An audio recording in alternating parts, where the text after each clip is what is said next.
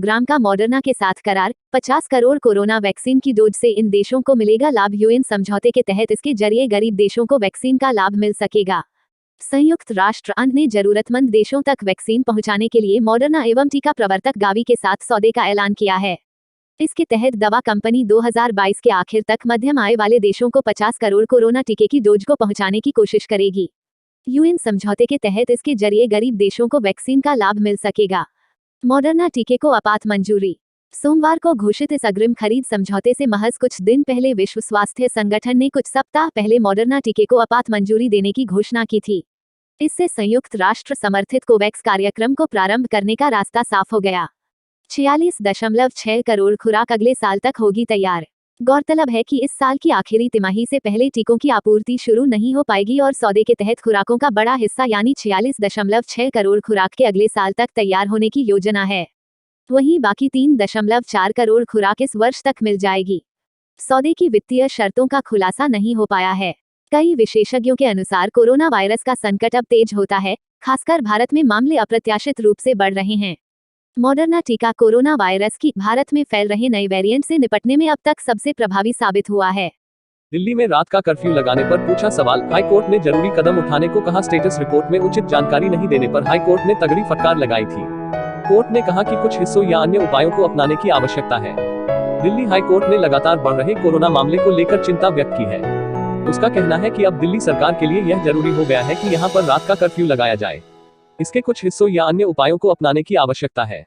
दिल्ली सरकार से high court इस पहलू पर बिना समय गंवाए लागू करने का आग्रह करता है। कोरोना मामले को लेकर दिल्ली हाई कोर्ट ने दिल्ली सरकार से इससे निपटने के उपाय के बारे में पूछा था। इस मामले में दिल्ली सरकार ने दिल्ली हाई कोर्ट को बताया है कि कोरोना महामारी के मद्देनजर किसी भी प्रकार के कर्फ्यू को लागू करने पर अभी कोई फैसला नहीं लिया गया है, लेकिन इस पर कोरोना संक्रमण के आधार पर फैसला लिया जा सकता है। सुनवाई के दौरान हाई कोर्ट ने दिल्ली सरकार को स्टेटस रिपोर्ट में उचित जानकारी नहीं देने पर तगड़ी फटकार लगाई थी। हाई कोर्ट ने स्टेटस रिपोर्ट मांगी है। अगली सुनवाई 3 दिसंबर को होगी। बीते 24 घंटों में 4,998 कोरोना पॉजिटिव मामले, 89 लोगों की मौत। यहां पर कुल मामले 5,61,742 हो चुके हैं। मरने वालों की संख्या 8,998 तक पहुंच चुकी है। दिल्ली के स्वास्थ्य विभाग के अनुसार बीते 24 घंटे में 4,998 नए कोविड-19 मामले सामने आए हैं। वहीं एक दिन में 89 लोगों की मौत हो चुकी है। यहां पर कुल मामले 5,61,742 हो चुके हैं। यहां पर कुल मृत्यु 8,998 तक पहुंच चुकी है। वहीं सक्रिय मामले 36,578 तक पहुंच चुके हैं। आंकड़े खतरनाक। High court. दिल्ली के 33 प्राइवेट अस्पतालों में 80% आईसीयू बेड कोरोना मरीजों के लिए रिजर्व रखने का आदेश दिया गया है। राज्य सरकार के फैसले को चुनौती देने वाली एक याचिका पर सुनवाई पर हाई कोर्ट ने कहा कि दिल्ली में आंकड़े बेहद खतरनाक स्तर पर है। जस्टिस नवीन चावला ने आगे की सुनवाई के लिए मामले को 9 दिसंबर के लिए सूचीबद्ध कर लिया है। उन्होंने कहा, हमें पता है, फिलहाल आंकड़े खतरनाक है। सरकारी डेटा के अनुसार दिल्ली में लगातार मौत का आंकड़ा 100 को छू रहा है। कोरोना का सबसे ज्यादा प्रभाव दिल्ली में। वैक्सीन आने तक स्कूल बंद रहेंगे। गुरुवार को कोरोना के 44,489 नए मामले रिपोर्ट किए गए। 524 संक्रमितों की मौत हुई है। सबसे ज्यादा दिल्ली में वायरस का प्रभाव है। यहां संक्रमितों की संख्या 5,45,787 हो गई है। महाराष्ट्र में 65, पश्चिम बंगाल में 51 हुई है। देश में एक्टिव केस 4,52,344 है। कोरोना वायरस की दूसरी लहर अमेरिका समेत कई देशों में शुरू है। देश में भी दिवाली के बाद से कोरोना के नए मामलों में लगातार वृद्धि जारी है। गुरुवार को कोरोना के 44,489 नए मामले रिपोर्ट किए गए। 524 संक्रमितों की मौत हुई है। सबसे ज्यादा दिल्ली में वायरस का प्रभाव है। यहां संक्रमितों की संख्या 5,45,787 हो गई है। 24 घंटे में सबसे ज्यादा 99 मौतें दिल्ली में हुई हैं। इसके बाद महाराष्ट्र में 65, पश्चिम बंगाल में 51 हुई है। देश में एक्टिव केस 4,52,344 है। कुल संक्रमितों का 4.88% है। 60.72% नए केस। 6 राज्यों से केरल में कोरोना संक्रमण के सबसे ज्यादा 6,491 नए मामले आए हैं। महाराष्ट्र में 6,159 व दिल्ली में 5,246 मरीजों की पुष्टि हुई है। देश में 44,489 नए मामलों का 60.72% सिर्फ 6 राज्यों से है। वैक्सीन आने तक दिल्ली में स्कूल बंद। दिल्ली के स्वास्थ्य मंत्री सत्येंद्र जैन का कहना है कि कोरोना वैक्सीन आने तक दिल्ली के सभी सरकारी स्कूल बंद रहेंगे। मोदी और शाह की जोड़ी के सामने देशव्यापी विपक्ष का सर्वमान्य नेता स्वीकार किया जा सके। यूपी में सोनिया गांधी के नेतृत्व में सभी पार्टियां एकजुट थी, लेकिन 2019 की हार के बाद से सभी पार्टियां अलग थलग हो गईं। किसान इसके आंदोलन बाद अलग अलग स्टेट्स में कांग्रेस की हार ने कांग्रेस को इस स्थिति में नहीं छोड़ा कि दूसरी पार्टियां राहुल गांधी या कांग्रेस की लीडरशिप को स्वीकार कर सकें। ऐसे निर्णय देकर ममता बनर्जी ही बचती हैं, जिन्होंने न केवल मोदी शाह की जोड़ी को चुनौती दी वरन उन्हें बहुत बड़े अंतर से हराया भी है। कृषि उन्होंने कानूनों के पश्चिम खिलाफ बंगाल किसानों के विधानसभा आंदोलन को चुनाव देखते हुए दिल्ली 2021 में फरीदाबाद की जीत की सीमाएं हैट्रिक सील कर दी लगाकर गई है। साबित कर दिया कि बड़ी करिश्माई संख्या में व्यक्तित्व के सीआरपीएफ के मामले में वो जवान और मोदी से किसी पुलिसकर्मियों को भी तरह सुरक्षा कम के नहीं लिहाज है। से तैनात किया गया है। पहले भी ममता दिल्ली बनर्जी को पुलिस को भी बताया गया सुरक्षा था के लिहाज से प्रधानमंत्री सतर्क पद रहने का को कहा गया उम्मीदवार। है। ममता बताया जा बनर्जी रहा है को कि पहले किसान भी दिल्ली एकजुट पहुंचने में विपक्ष में सफल रहे तो इसका प्रधानमंत्री असर पद के दिल्ली मेट्रो उम्मीदवार सेवा के पर रूप भी में हो देखा सकता है। जाता था, परंतु बात कृषि नहीं बन कानूनों के पाई। खिलाफ है किसान। इस वक्त बता दें स्थितियां कि कुछ केंद्र अलग हैं। सरकार द्वारा कृषि सभी कानूनों के विपक्षी खिलाफ दल ममता मार्च का निकालते हुए नेतृत्व किसान स्वीकार दिल्ली आ करने रहे के लिए हैं। तैयार हैं और मोदी संभव है सरकार कि के नए कृषि 2024 कानूनों के के चुनाव खिलाफ में पंजाब ममता और बनर्जी हरियाणा के संयुक्त किसान एक विपक्ष साथ का चेहरा बुधवार को बनकर दिल्ली पहुंच रहे लोकसभा हैं। चुनाव में उतरें। वहीं किसानों के दिल्ली हालांकि चलो अभी मार्च को विफल बनाने 2024 के लिए बहुत दूर बुधवार है को और हरियाणा ने बीच में कुछ पंजाब से सटे अप्रत्याशित अपनी सीमा घटनाएं पर अवरोधक इतिहास का लगा रुख दिए हैं। बदल सकती हैं। पड़ोसी राज्य के फिर भी साथ कुल बस सेवा मिलाकर को भी आज ममता निलंबित कर दिया बनर्जी गया ही है। एकमात्र ऐसी नेता है हरियाणा जो न पुलिस ने केवल किसानों को स्थानीय दिल्ली वरन पहुंचने राष्ट्रीय से मुद्दों रोकने के पर लिए भाजपा अंबाला को और चुनौती कुरुक्षेत्र देती है, राष्ट्रीय फिर चाहे राजमार्ग वो पर धारा पानी की बौछारों का 370 भी हो, उपयोग किया है। एनआरसी हो या सीएए। दिल्ली में नाइट कर्फ्यू माँ, लगने की माटी तैयारी। और मानुष का नारा केजरीवाल देकर सरकार ने बंगाल को एचसी को अपनी दिया यह मुट्ठी में जवाब। करने वाली राष्ट्रीय ममता ने राजधानी ही दिल्ली में लगातार 2019 में बढ़ भी रही विपक्ष कोरोना को एकजुट करने की वायरस कोशिश मरीजों की की थी, संख्या। मगर वो मोदी के जादू के कोरोना सामने वायरस टिक नहीं संक्रमण को पाया। देखते हुए दिल्ली में लगाया बंगाल जा में सकता हैट्रिक है नाइट लगाने के कर्फ्यू। बाद जिस तरह देश नई के बड़े दिल्ली विपक्षी राष्ट्रीय नेता उन्हें राजधानी बधाई दे दिल्ली में रहे हैं, कोरोना वायरस उससे यही लगता है कि एंडेमिक जल्दी का ही खतरा एक बार तेजी के हमें साथ नया बढ़ता विपक्ष जा रहा देखने है। को मिलेगा और उसकी आलम यह लीडरशिप है कि पूरी तरह से केजरीवाल ममता सरकार बनर्जी के केजरीवाल हाथ में गवर्नमेंट ने होगी। दिल्ली के अति व्यस्त और राजनीतिक भीड़-भाड़ भरे अनुभव बाजारों आएगा को काम। बंद कर दिया है। राहुल गांधी या इसके साथ ही प्रधानमंत्री पद के राजधानी में उम्मीदवार दूसरे नाइट नेताओं के कर्फ्यू इन मुकाबले दिल्ली ममता लगाने की बनर्जी का संभावना भी राजनीतिक प्रबल होती अनुभव जा भी रही उन्हें है। मैच्योर और ताकतवर गुरुवार को प्रतिद्वंदी केजरीवाल के रूप में सरकार ने दिखाता दिल्ली है। दिल्ली हाई कोर्ट उन्होंने के अकेले सवालों का अपने दम जवाब पर देते हुए बंगाल कहा में कि लाफ्ट को राजधानी में हराकर कोरोना की सरकार भयावह बनाने का स्थिति को ध्यान कारनामा में भी रखते कर हुए दिखाया नाइट था। कर्फ्यू लगाया जा वो सकता है। देश की पहली महिला हालांकि रेल अभी इस मंत्री का संबंध पद कोई निर्णय संभाल नहीं लिया चुकी गया हैं। है। वो वहीं केंद्र में हाईकोर्ट पी, ने टेस्टिंग हुई, बढ़ाने की मांग की नरसिम्हा याचिका राव, पर अटल सुनवाई बिहार करते हुए वाजपेयी स्टेटस तथा रिपोर्ट में मनमोहन उचित सिंह की जानकारी नहीं सरकार में देने पर केंद्रीय दिल्ली मंत्री सरकार की से भूमिका नाराजगी निभा जताई है। चुकी है। हाईकोर्ट ने बंगाल में केजरीवाल पिछले सरकार 10 को वर्षों फटकार से वो लगाते हुए कहा कि मुख्यमंत्री पद स्टेटस रिपोर्ट संभाल में न रही तो हैं। हम बेड की कुल ऐसे संख्या में पढ़ सकते उनसे हैं और लोगों न की ही इससे उम्मीदें जुड़ी और भी ज्यादा महत्वपूर्ण बढ़ जानकारी जाती जो हैं। मिटा दी गई है। अब यह देखना इसकी रोचक प्रिंटिंग भी होगा साफ कि ऐसा नहीं है, कब और किस जिसकी तरह वजह से होगा। इसको पढ़ा नहीं जा सकता है। दिल्ली के कोविड हेल्थ केयर सेंटर में बेड्स खाली। हाईकोर्ट ने दिल्ली सरकार से सवाल किया कि कोरोना संकट के बीच भी दिल्ली के कोविड हेल्थ केयर सेंटर में बेड्स खाली पड़े होने का क्या कारण है। इसके साथ ही सरकार ने हेल्थ केयर सेंटर के प्रचार के लिए विज्ञापन का क्या माध्यम अपनाया। इसके जवाब में दिल्ली सरकार ने कहा कि सभी इस संबंध में पूर्व जानकारी दिल्ली फाइट कोरोना वेबसाइट पर उपलब्ध है। यही नहीं, हाईकोर्ट ने दिल्ली सरकार से दूसरे शहरों की तरह नाइट या वीकली कर्फ्यू लगाने के बारे में भी पूछा। इस पर सरकार की ओर से अदालत को बताया कि अभी कर्फ्यू को लेकर कोई निर्णय नहीं लिया गया है, लेकिन आगे कोरोना के हालात बिगड़ने पर कोई फैसला लिया जा सकता है। कोरोना के नियमों का उल्लंघन। इस दौरान हाईकोर्ट ने दिल्ली सरकार से यह भी पूछा कि कोरोना के नियमों का उल्लंघन करने वाले लोगों से वसूली जाने वाले जुर्माने की रकम का क्या किया जा रहा है। उस पैसे का इस्तेमाल अच्छे कामों में किया जाना चाहिए। COVID-19 vaccine. भारत में कोरोना वैक्सीन के टीकाकरण की तैयारी। अब तक का फुल अपडेट। भारत में कोरोना वायरस के केस 91 लाख के पार। कोरोना वैक्सीन पर अब अंतिम चरण में पहुंचा काम। सर्दियां बढ़ते ही भारत में कोरोना वायरस इन इंडिया के संक्रमण में भी तेजी आई है। इसका नतीजा यह है कि देश में COVID-19 COVID-19 के केस 91 लाख के आंकड़े को पार कर गए हैं। इसके साथ ही भारत में corona virus case in India के कारण 1,30,000 लोग काल के गाल में समा चुके हैं। इन हालातों के बीच देशवासियों को COVID-19 की वैक्सीन का बेसब्री से इंतजार है। वहीं केंद्रीय स्वास्थ्य मंत्रालय ने जानकारी दी है कि देश में फिलहाल कोरोना की कई वैक्सीन पर काम चल रहा है और उनका प्रोसेस अंतिम दौर में है। इनमें से फरवरी 2021 तक 2 वैक्सीन भारतीय बाजारों में अपनी उपलब्धता बना सकती है। कोवैक्सीन भारतीय आयुर्विज्ञान अनुसंधान परिषद ICMR और निजी कंपनी भारत बायोटेक के संयुक्त प्रयास से भारत में कोरोना वैक्सीन COVAXIN विकसित की जा रही है। कोवैक्सीन के ट्रायल का तीसरा और अंतिम चरण शुरू हो चुका है। यह स्वदेशी कोरोना वैक्सीन अगले साल फरवरी या मार्च तक देशवासियों के लिए उपलब्ध हो सकती है। एक अनुमान के मुताबिक कोवैक्सीन से जुलाई तक 20 से 25 करोड़ लोगों को सीधा फायदा पहुंचेगा। केंद्रीय स्वास्थ्य मंत्रालय के अनुसार यह भारत की सबसे उन्नत प्रयोगात्मक टीका है। हालांकि शुरुआत में यह वैक्सीन उन लोगों को पहले दी जाएगी जो हाई रिस्क जोन में है। कोविशील्ड सीरम इंस्टीट्यूट ने जानकारी दी है कि एस्ट्राजेनेका कोविड-19 से बचाव में 90% असरदार साबित हुई है। आपको बता दें कि सीरम इंस्टीट्यूट भारत में ब्रिटेन की ऑक्सफोर्ड यूनिवर्सिटी के साथ मिलकर कोरोना वैक्सीन विकसित करने पर काम कर रहा है। ऑक्सफोर्ड एस्ट्राजेनेका की ओर से बताया गया कि यूनाइटेड किंगडम और ब्राजील में जब कोरोना वैक्सीन AZD1222 पर परीक्षण किया गया तो चौंकाने वाले परिणाम सामने आए। दरअसल वैक्सीन की आधी खुराक में 90% तक असर देखने को मिला, जबकि अगले महीने जब वैक्सीन की पूरी खुराक का परीक्षण किया गया तो यह 62% तक इफेक्टिव देखने को मिली। इसके साथ ही अगले महीने के ट्रायल में वैक्सीन 70% तक असरदार साबित हुई। आपको बता दें कि भारत में यह वैक्सीन महाराष्ट्र के पुणे स्थित सीरम इंस्टीट्यूट ऑफ इंडिया द्वारा विकसित किया गया है। Serum Indian council of medical research ICMR के साथ मिलकर काम कर रहा है। भारत में यह वैक्सीन कोविशील्ड नाम से उपलब्ध होगी। दरअसल Oxford university AstraZeneca corona vaccine candidate को कोविशील्ड के तौर पर जाना जाता है। SII और ICMR मिलकर भारत में 15 अलग अलग केंद्रों में कोविशील्ड के 2/3 मेडिकल परीक्षण में जुटे हैं। बीते 31 अक्टूबर को 1600 लोगों को कोविशील्ड के परीक्षण में शामिल किया था। मॉडर्ना भी एक कोरोना वैक्सीन है जो अगले साल अप्रैल तक भारतीय बाजारों में दिखाई दे सकती है। हालांकि पहले दिसंबर तक इसकी उपलब्धता का दावा किया जा रहा था। ट्रायल के दौरान मॉडर्ना 94.5% तक असरदार साबित हुई है। मॉडर्ना इंक के अनुसार इस वैक्सीन की कीमत प्रति डोज $25 से $37 $1854 से $2744 के करीब रखी जा सकती है। हालांकि यह वैक्सीन के ऑर्डर पर भी निर्भर करेगा। जितनी मात्रा में इस वैक्सीन का ऑर्डर मिलेगा उसकी कीमत भी उसी बेस पर तय की जाएगी।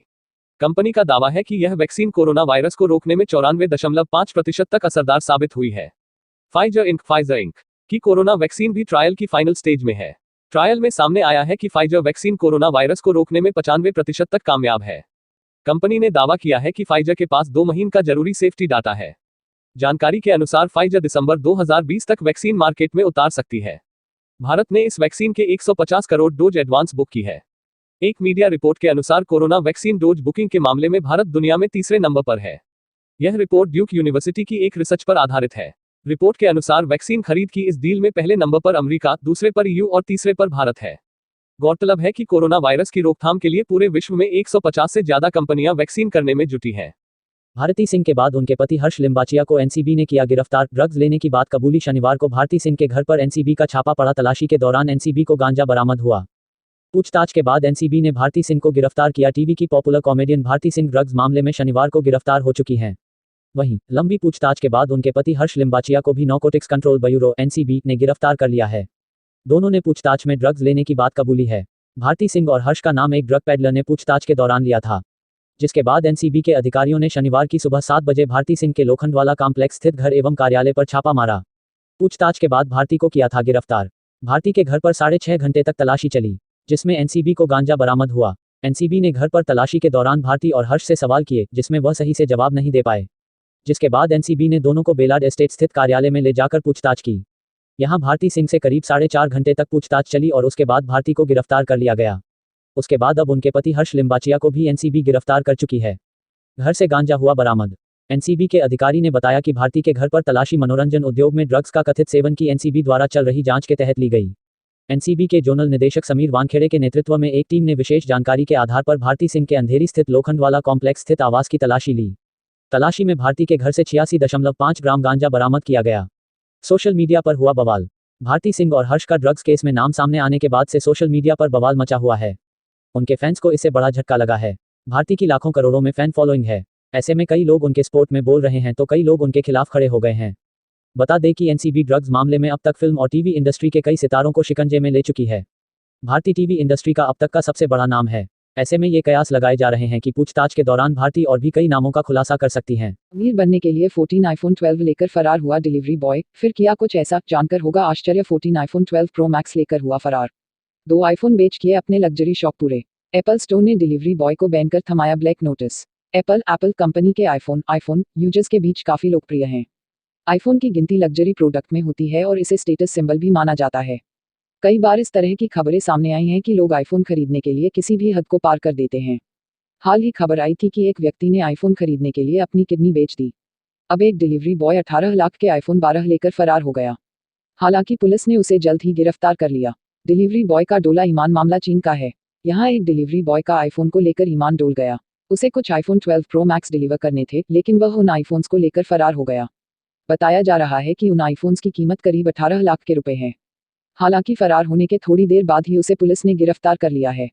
डिलीवरी बॉय का नाम टैंक बताया जा रहा है। कैंसिल किए सभी ऑर्डर। रिपोर्ट के अनुसार मिचुअन डायनपिंग डिलीवरी की ओर से डिलीवरी बॉय टैंक को 14 आईफोन 12 प्रो मैक्स डिलीवर करने के लिए दिए गए थे। ये सभी ऑर्डर 14 नवंबर को प्लेस किए गए थे। ऑर्डर मिलने के बाद टैंक ने सभी 14 आईफोन 12 प्रो मैक्स के ऑर्डर कैंसिल कर दिए, लेकिन उसने वे आईफोन कंपनी को वापस नहीं किए और उन्हें लेकर फरार हो गया। एक आईफोन से चुकाया दोस्त का कर्ज। रिपोर्ट के मुताबिक टैंक ने एक आईफोन 12 प्रो मैक्स कर्ज चुकाने के लिए अपने दोस्त को दे दिया, वहीं एक बॉक्स को खुद ओपन कर लिया। इसके अलावा टैंक ने 9,500 चीनी युआन यानी करीब 1,07,222 रुपये और 7,000 चीनी युआन यानी करीब 79,032 रुपये में बेच दिए BMW कार की सवारी की। इसके बाद उसने बेचे गए आईफोन के पैसे से एक BMW कार किराए पर ली और सैर करने निकल गया। इस कार का किराया प्रतिदिन 600 चीनी युआन यानी करीब 6,772 रुपये चुकाया। साथ ही उसने बचे हुए पैसों में से खुद के लिए महंगे कपड़े भी खरीदे। हालांकि पुलिस ने टैंक को जल्द ही गिरफ्तार कर लिया। वहीं एप्पल स्टोर ने टैंक को बैन कर उसे एक ब्लैक नोटिस भी जारी कर दिया है। खुशखबरी, कोरोना संक्रमण में कम से कम 60% प्रभावी साबित होगी कोवैक्सीन, ऐसे करेगी काम। देश में जारी कोरोना संक्रमण के बीच एक अच्छी खबर सामने आई है। कोरोना वैक्सीन विकसित करने की दिशा में भारत को मिली सफलता। देश में जारी कोरोना संक्रमण कोरोना वायरस के बीच एक अच्छी खबर सामने आई है। कोरोना वैक्सीन विकसित करने की दिशा में भारत को बड़ी सफलता लगी है। भारतीय कंपनी बायोटेक भारत बायोटेक ने रविवार को जानकारी देते हुए बताया कि भारत की पहली स्वदेशी कोरोना वैक्सीन का प्रभाव कम से कम 60% होगा। आपको बता दें कि भारत बायोटेक और भारतीय चिकित्सा अनुसंधान परिषद ICMR मिलकर एक कोवैक्सीन नाम की एक कोरोना वैक्सीन विकसित कर रहे हैं। इस वैक्सीन के ट्रायल के 2 चरण पूरे हो चुके हैं, जबकि तीसरा चरण भी जल्द ही कंप्लीट कर लिया जाएगा। प्रभाव 60% से अधिक होने की भी संभावना। भारत बायोटेक में क्वालिटी ऑपरेशंस के चीफ साइडी प्रसाद के अनुसार विश्व स्वास्थ्य संगठन United States Food and Drug Administration USFDA और भारत के central drug standard control organisation CDSCO ने श्वसन रोग रेस्पिरेटरी डिसीज KTK को अपनी मंजूरी दे दी है। कंपनी का तो यहां तक कहना है कोरोना वैक्सीन के प्रभावीकरण का टारगेट 60% रखा गया है। हालांकि इसका प्रभाव 60% से अधिक होने की भी संभावना है। 26,000 वॉलंटियर्स पर इस दवाई का परीक्षण। भारत बायोटेक ने कोरोना वायरस की वैक्सीन का तीसरा चरण हाल ही शुरू किया है।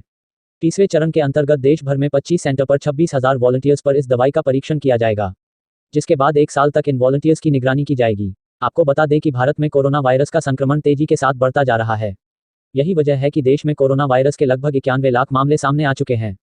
पिछले 24 घंटे के बात करें तो देश में 45,000 से अधिक कोरोना के मरीज मिले हैं। कोरोना वायरस का सबसे ज्यादा असर राष्ट्रीय राजधानी दिल्ली में देखने को मिला है, जो बीते एक दिन में 5,879 मरीज कोरोना पॉजिटिव पाए गए हैं। 50,000 से कम एक दिवसीय नए मामले। भारत में रविवार को लगातार 15वें दिन कोविड-19 के 50,000 से कम एक दिवसीय नए मामले दर्ज किए गए, जिनके साथ संक्रमण के कुल मामले 90,95,806 हो गए। केंद्रीय स्वास्थ्य एवं परिवार कल्याण मंत्रालय ने रविवार को ये जानकारी दी।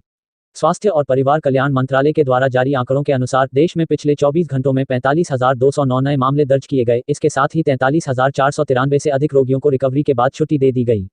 देश में सक्रिय मामलों में कुल संख्या 4,40,962 है। इस बीमारी से अब तक 85,21,617 लोग ठीक हो चुके हैं। पीएम मोदी का बड़ा बयान, कहा कोरोना वैक्सीन कब आएगी ये हम तय नहीं कर सकते। कोरोना को लेकर सब कुछ वैज्ञानिकों के हाथ में, हम किसी को राजनीति करने से नहीं रोक सकते। प्रधानमंत्री नरेंद्र मोदी ने सोमवार को 2 चरणों में सभी राज्य के मुख्यमंत्रियों से कोरोना महामारी के मुद्दे पर बातचीत की। मुख्यमंत्रियों के बातचीत में उन्होंने बड़ा बयान दिया है। पीएम मोदी ने कहा कि हम यह तय नहीं कर सकते कि कोरोना वैक्सीन कब आएगी, इसका निर्धारण देश के वैज्ञानिक ही कर सकते हैं। कोविड-19 वैक्सीन को लेकर सब कुछ वैज्ञानिकों के हाथ में है। उन्होंने ये भी कहा कि कोरोना को लेकर हमारा बेहतर प्रयास जारी है, लेकिन हम इस मुद्दे पर किसी को राजनीति करने से रोक नहीं सकते। वैक्सीन वितरण को लेकर मांगी जानकारी। दरअसल पीएम नरेंद्र मोदी ने देश भर में कोरोना वायरस संक्रमण के बढ़ते मामले को देखते हुए आज सभी राज्यों के मुख्यमंत्रियों से बातचीत की है। बातचीत के दौरान कोरोना वैक्सीन के वितरण, प्रबंधन और कोरोना संक्रमण नियंत्रण पर चर्चा की। उन्होंने राज्य में मुख्यमंत्रियों से वैक्सीन वितरण को लेकर अपनी योजना के बारे में जानकारी देने को भी कहा है। फिलहाल पीएम ने मुख्यमंत्रियों से प्रभावी कदम उठाने और लोगों से सावधानी बरतने पर जोर दिया है। गृह मंत्रालय ने कोरोना के खिलाफ जारी की नई गाइडलाइंस, राज्यों को नाइट कर्फ्यू लगाने की छूट। Home ministry new guidelines against corona. केंद्रीय गृह मंत्रालय ने कोरोना के बढ़ते मामलों को देखते हुए बुधवार नई गाइडलाइंस जारी किए हैं। गृह मंत्रालय ने कोरोना संक्रमण के निगरानी, नियंत्रण और सावधानी के लिए दिशा निर्देश जारी किए हैं। यह दिशा निर्देश 1 दिसंबर से प्रभावी होंगे और 31 दिसंबर तक लागू रह। कोरोना एपिडेमिक से पूरी दुनिया जूझ रही है और लगातार कोरोना के मामले तेजी से बढ़ते जा रहे हैं। भारत में भी कोरोना संक्रमण तेजी से बढ़ रहा है। राजधानी दिल्ली व कुछ अन्य शहरों में कोरोना संक्रमण बेकाबू होता जा रहा है। अकेले दिल्ली में हर दिन औसतन 7,000 से अधिक नए मामले सामने आ रहे हैं। लिहाजा केंद्र व राज्य सरकारों ने मिलकर इस महामारी से निपटने के लिए कई कदम उठाए हैं। अब केंद्रीय गृह मंत्रालय ने कोरोना के बढ़ते मामलों को देखते हुए बुधवार नई guidelines, ministry of home affairs guidelines जारी किए हैं। गृह मंत्रालय ने कोरोना संक्रमण के निगरानी, नियंत्रण और सावधानी के लिए दिशा निर्देश जारी किए हैं। यह दिशा निर्देश 1 दिसंबर से प्रभावी होंगे और 31 दिसंबर तक लागू रहेंगे। नई गाइडलाइंस में गृह मंत्रालय ने सभी राज्यों और केंद्र शासित प्रदेशों को कोरोना के खिलाफ सख्ती से निपटने के निर्देश दिए हैं। सरकार ने कोरोना संक्रमण के रोकथाम के उपाय, विभिन्न गतिविधियों पर सौंप और भीड़ को नियंत्रित करने के लिए अनिवार्य उपाय करने के भी निर्देश दिए हैं। राज्यों को मिली नाइट कर्फ्यू लगाने की छूट। गृह मंत्रालय ने नई गाइडलाइंस में कंटेनमेंट जोन पर खास ध्यान देते हुए ज्यादा सख्ती दिखाई है। सरकार ने इस जोन में सिर्फ आवश्यक गतिविधियों की ही अनुमति दी है। इन क्षेत्रों में पूरे दिसंबर तक सख्ती रहेगी। स्थानीय जिला पुलिस और नगरपालिका अधिकारियों को यह जिम्मेदारी दी गई है कि कड़ाई के साथ नियमों का पालन कराएं। यह भी कहा गया है कि कोरोना के खिलाफ इस लड़ाई में राज्य और केंद्र शासित प्रदेश सरकार से संबंधित अधिकारियों की जवाबदेही सुनिश्चित करेंगे। इसके अलावा गृह मंत्रालय ने राज्यों और केंद्र शासित प्रदेशों को थोड़ी सी सहूलियत देते हुए कहा है कि वे कोरोना की स्थिति को देखते हुए अपने आकलन के आधार पर केवल निश्चित क्षेत्रों में नाइट कर्फ्यू जैसी पाबंदियां लगा सकते हैं। इंटरस्टेट और इंट्रास्टेट मूवमेंट पर पाबंदी नहीं। सरकार ने नई दिशा निर्देश में कहा है कि सर्विलांस टीम घर घर जाकर निगरानी करेगी।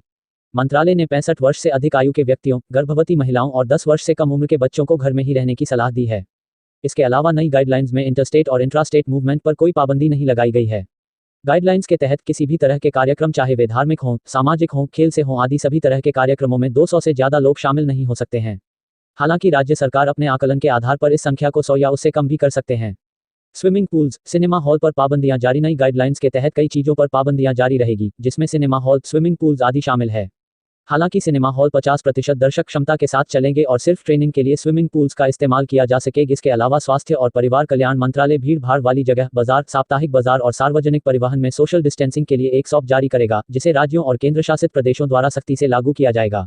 दिल्ली एनसीआर से उत्तराखंड आने वालों की होगी कोरोना टेस्ट, पॉजिटिव को नहीं मिलेगा प्रवेश। दिल्ली में कोरोना संक्रमण में आई तेजी का असर अब अन्य राज्यों में भी दिख रहा। अब अन्य राज्य दिल्ली से आने वाले लोगों के कोरोना टेस्ट को कर रहे अनिवार्य। राष्ट्रीय राजधानी दिल्ली में कोरोना संक्रमण, कोरोना वायरस इन दिल्ली में आई तेजी का असर अब अन्य राज्यों में भी दिखाई देना लगा है।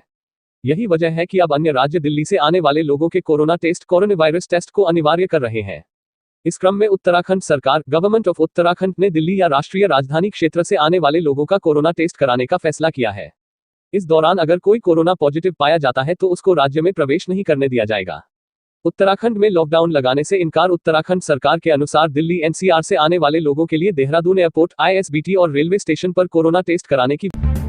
हेलो दोस्तों, स्वागत आप सभी का डीएलएस न्यूज चैनल पर एक बार फिर से। और आज तारीख हो गई है 13 मार्च 2021, दिन शनिवार हो गया। बात करते हैं आज के मुख्य समाचार और टुडे ब्रेकिंग न्यूज के अपडेट वीडियो में नजर डालते हैं देश भर की तमाम बड़ी खबरों पर। बहुत ही महत्वपूर्ण खबरें हैं दोस्तों। सरकार की तरफ से कुछ बड़े फैसले हैं। 9वीं से लेकर 12वीं तक की कक्षा की पढ़ाई अब बिल्कुल फ्री होगी। आखिर किन किन राज्यों के स्टूडेंट्स के लिए ये नई स्कीम है, मैं आपको बताऊंगा पूरी बड़ी खबर। इसके अलावा बुजुर्गों को अब हर महीने 2500 रुपए पेंशन मिलेगी। ये भी एक स्टेट गवर्नमेंट की तरफ से अपडेट है। किसान भाई लोगों के लिए भी सरकार की एक नई घोषणा निकल कर आ रही है। साथ ही दोस्तों फिर से लॉकडाउन लगने को लेकर सबसे बड़ी बिग ब्रेकिंग न्यूज अपडेट है। आखिर दोस्तों कहां पर 31 मार्च 2021 तक फिर से लॉकडाउन लग चुका है, किन किन राज्यों में, जानेंगे एक एक करके। आज की 50 बड़ी ही महत्वपूर्ण और काम की खबरों पर नजर डालते हैं फटाफट से। बिल्कुल इस वीडियो को ध्यान से एकदम पूरा लास्ट तक देखते रहिएगा। सीधे बात करें पहले अपडेट की। देखिए, मोदी सरकार ने एक नया ऐप लॉन्च किया। नाम है इसका मेरा राशन मोबाइल ऐप, और इससे राशन कार्ड धारकों को कई सारी नई सुविधाएं मिलेगी।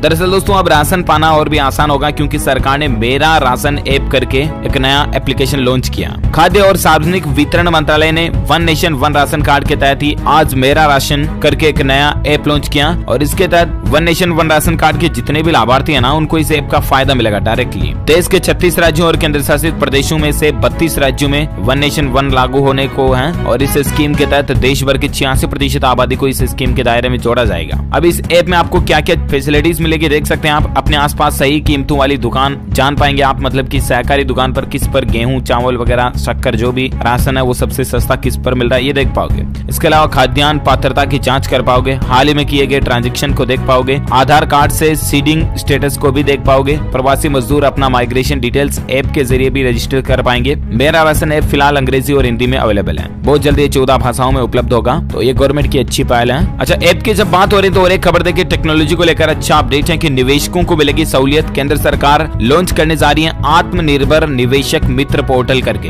एक नया देश में पोर्टल भी लॉन्च करने जा रही है गवर्नमेंट। जी हाँ, दरअसल केंद्र सरकार देश में इन्वेस्टमेंट यानी कि निवेश को बढ़ावा देने और घरेलू निवेशकों की मदद करने के लिए जल्द ही आत्मनिर्भर निवेशक मित्र करके एक नया पोर्टल लॉन्च करेगी। कॉमर्स एंड मिनिस्ट्री ने कल ही ये बात की जानकारी दी है। ये पोर्टल 1 मई 2021 को लॉन्च किया जाएगा, ठीक है ना। अभी टेस्टिंग चल रही है इसकी। अच्छा, साथ ही अगली खबर देखिए दोस्तों, हाल ही में जो महाराष्ट्र में वो एग्जाम पोस्टपोन्ड हुआ था, उसको लेकर सरकार का एक बड़ा फैसला आ चुका है। महाराष्ट्र लोक सेवा आयोग यानी कि एमपीएससी की प्रारंभिक परीक्षा अब 21 मार्च को होगी। ये देख सकते हैं आप, ऑफिशियली सीएमओ महाराष्ट्र की तरफ से ट्वीट करके इस बात की जानकारी भी दी गई है। पहले 14 मार्च को होनी थी ये, लेकिन पोस्टपोन कर दिया इसको, अब 21 मार्च को होगी। और साथ ही अगली खबर देखिए आप, हरियाणा राज्य का बजट जारी हो चुका और हरियाणा के मुख्यमंत्री मनोहर लाल खट्टर ने 9वीं से लेकर 12वीं तक शिक्षा को बिल्कुल फ्री कर दिया। जी हाँ दोस्तों, कल ही हरियाणा राज्य का जो बजट अनाउंसमेंट किया गया उसमें कई सारी बड़ी घोषणाएं और बड़े ऐलान किए गए हैं। एक तो 9वीं से 12वीं तक की शिक्षा बिल्कुल फ्री होगी अब हरियाणा राज्य में। इसके अलावा देखिए, बुजुर्गों की पेंशन अब 2500 रुपए मिलेगी। हरियाणा में टैक्स फ्री बजट अनाउंस किया गया। बजट के कुछ प्रमुख बड़ी बातें और पॉइंट्स हाइलाइट्स भी आप स्क्रीन पर देख सकते हैं। एक तो स्वास्थ्य विभाग में 350 डॉक्टर और 60 दंत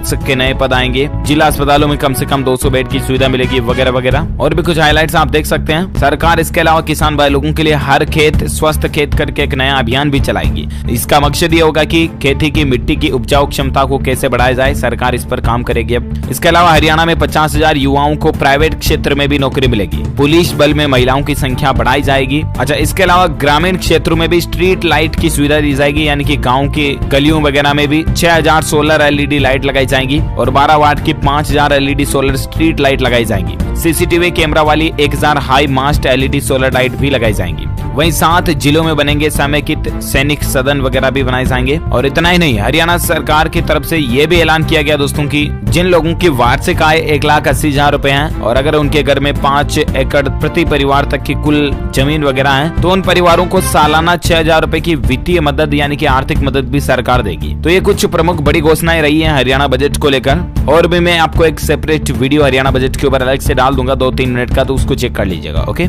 फिलहाल अपन बात करें अगली खबर में। देखिए दोस्तों, इस राज्य में ई-व्हीकल्स को बढ़ावा देने के लिए सरकार की बड़ी घोषणा की गई है। Mall, shopping complex, cinema hall में रखनी होगी ये खाली जगह। जी हाँ, दरअसल आपको पता होगा दोस्तों की राजधानी दिल्ली में बढ़ते प्रदूषण को देखते हुए दिल्ली की अरविंद केजरीवाल सरकार जो है इलेक्ट्रिक वाहनों को बढ़ावा देने पर काम कर रही है, राइट। और इसी बीच दोस्तों दिल्ली के मुख्यमंत्री अरविंद केजरीवाल सरकार की तरफ से ये घोषणा कर दी गई है कि दिल्ली के मॉल, सिनेमा हॉल वगैरह जितने भी कॉमर्शियल अपार्टमेंट जगह है ना, जितनी भी इमारतें हैं ना, उनके मालिकों को ये आदेश दे दिया गया कि इलेक्ट्रिक व्हीकल्स के चार्जिंग के लिए कम से कम 5% पार्किंग स्पेस रिजर्व करके रखें, क्योंकि दिल्ली में अब आने वाले समय में इलेक्ट्रिक चार्जिंग स्टेशन भी बढ़ाए जाएंगे और इसीलिए मॉल वगैरह में यहाँ पर ऑलरेडी स्पेस रखा जा रहा है ना, अच्छी बात है। और अगली खबर देखिए दोस्तों। अच्छा, वो हरियाणा बजट के बारे में जो मैं आपको बता रहा था उसमें दोस्तों एक और ऐलान ये किया गया कि एक तो किसानों के लिए 3000 करोड़ रुपए का अलग से बजट निकला है। इसके अलावा हरियाणा में भी जैसे उत्तर प्रदेश वगैरह में फिल्म सिटी बन रही है ना, वैसे हरियाणा में भी 2 फिल्म सिटी बनाने का ऐलान किया गया। उत्तर प्रदेश के बाद अब हरियाणा की मनोहर लाल खट्टर सरकार भी राज्य में फिल्म सिटी विकसित करने जा रही है।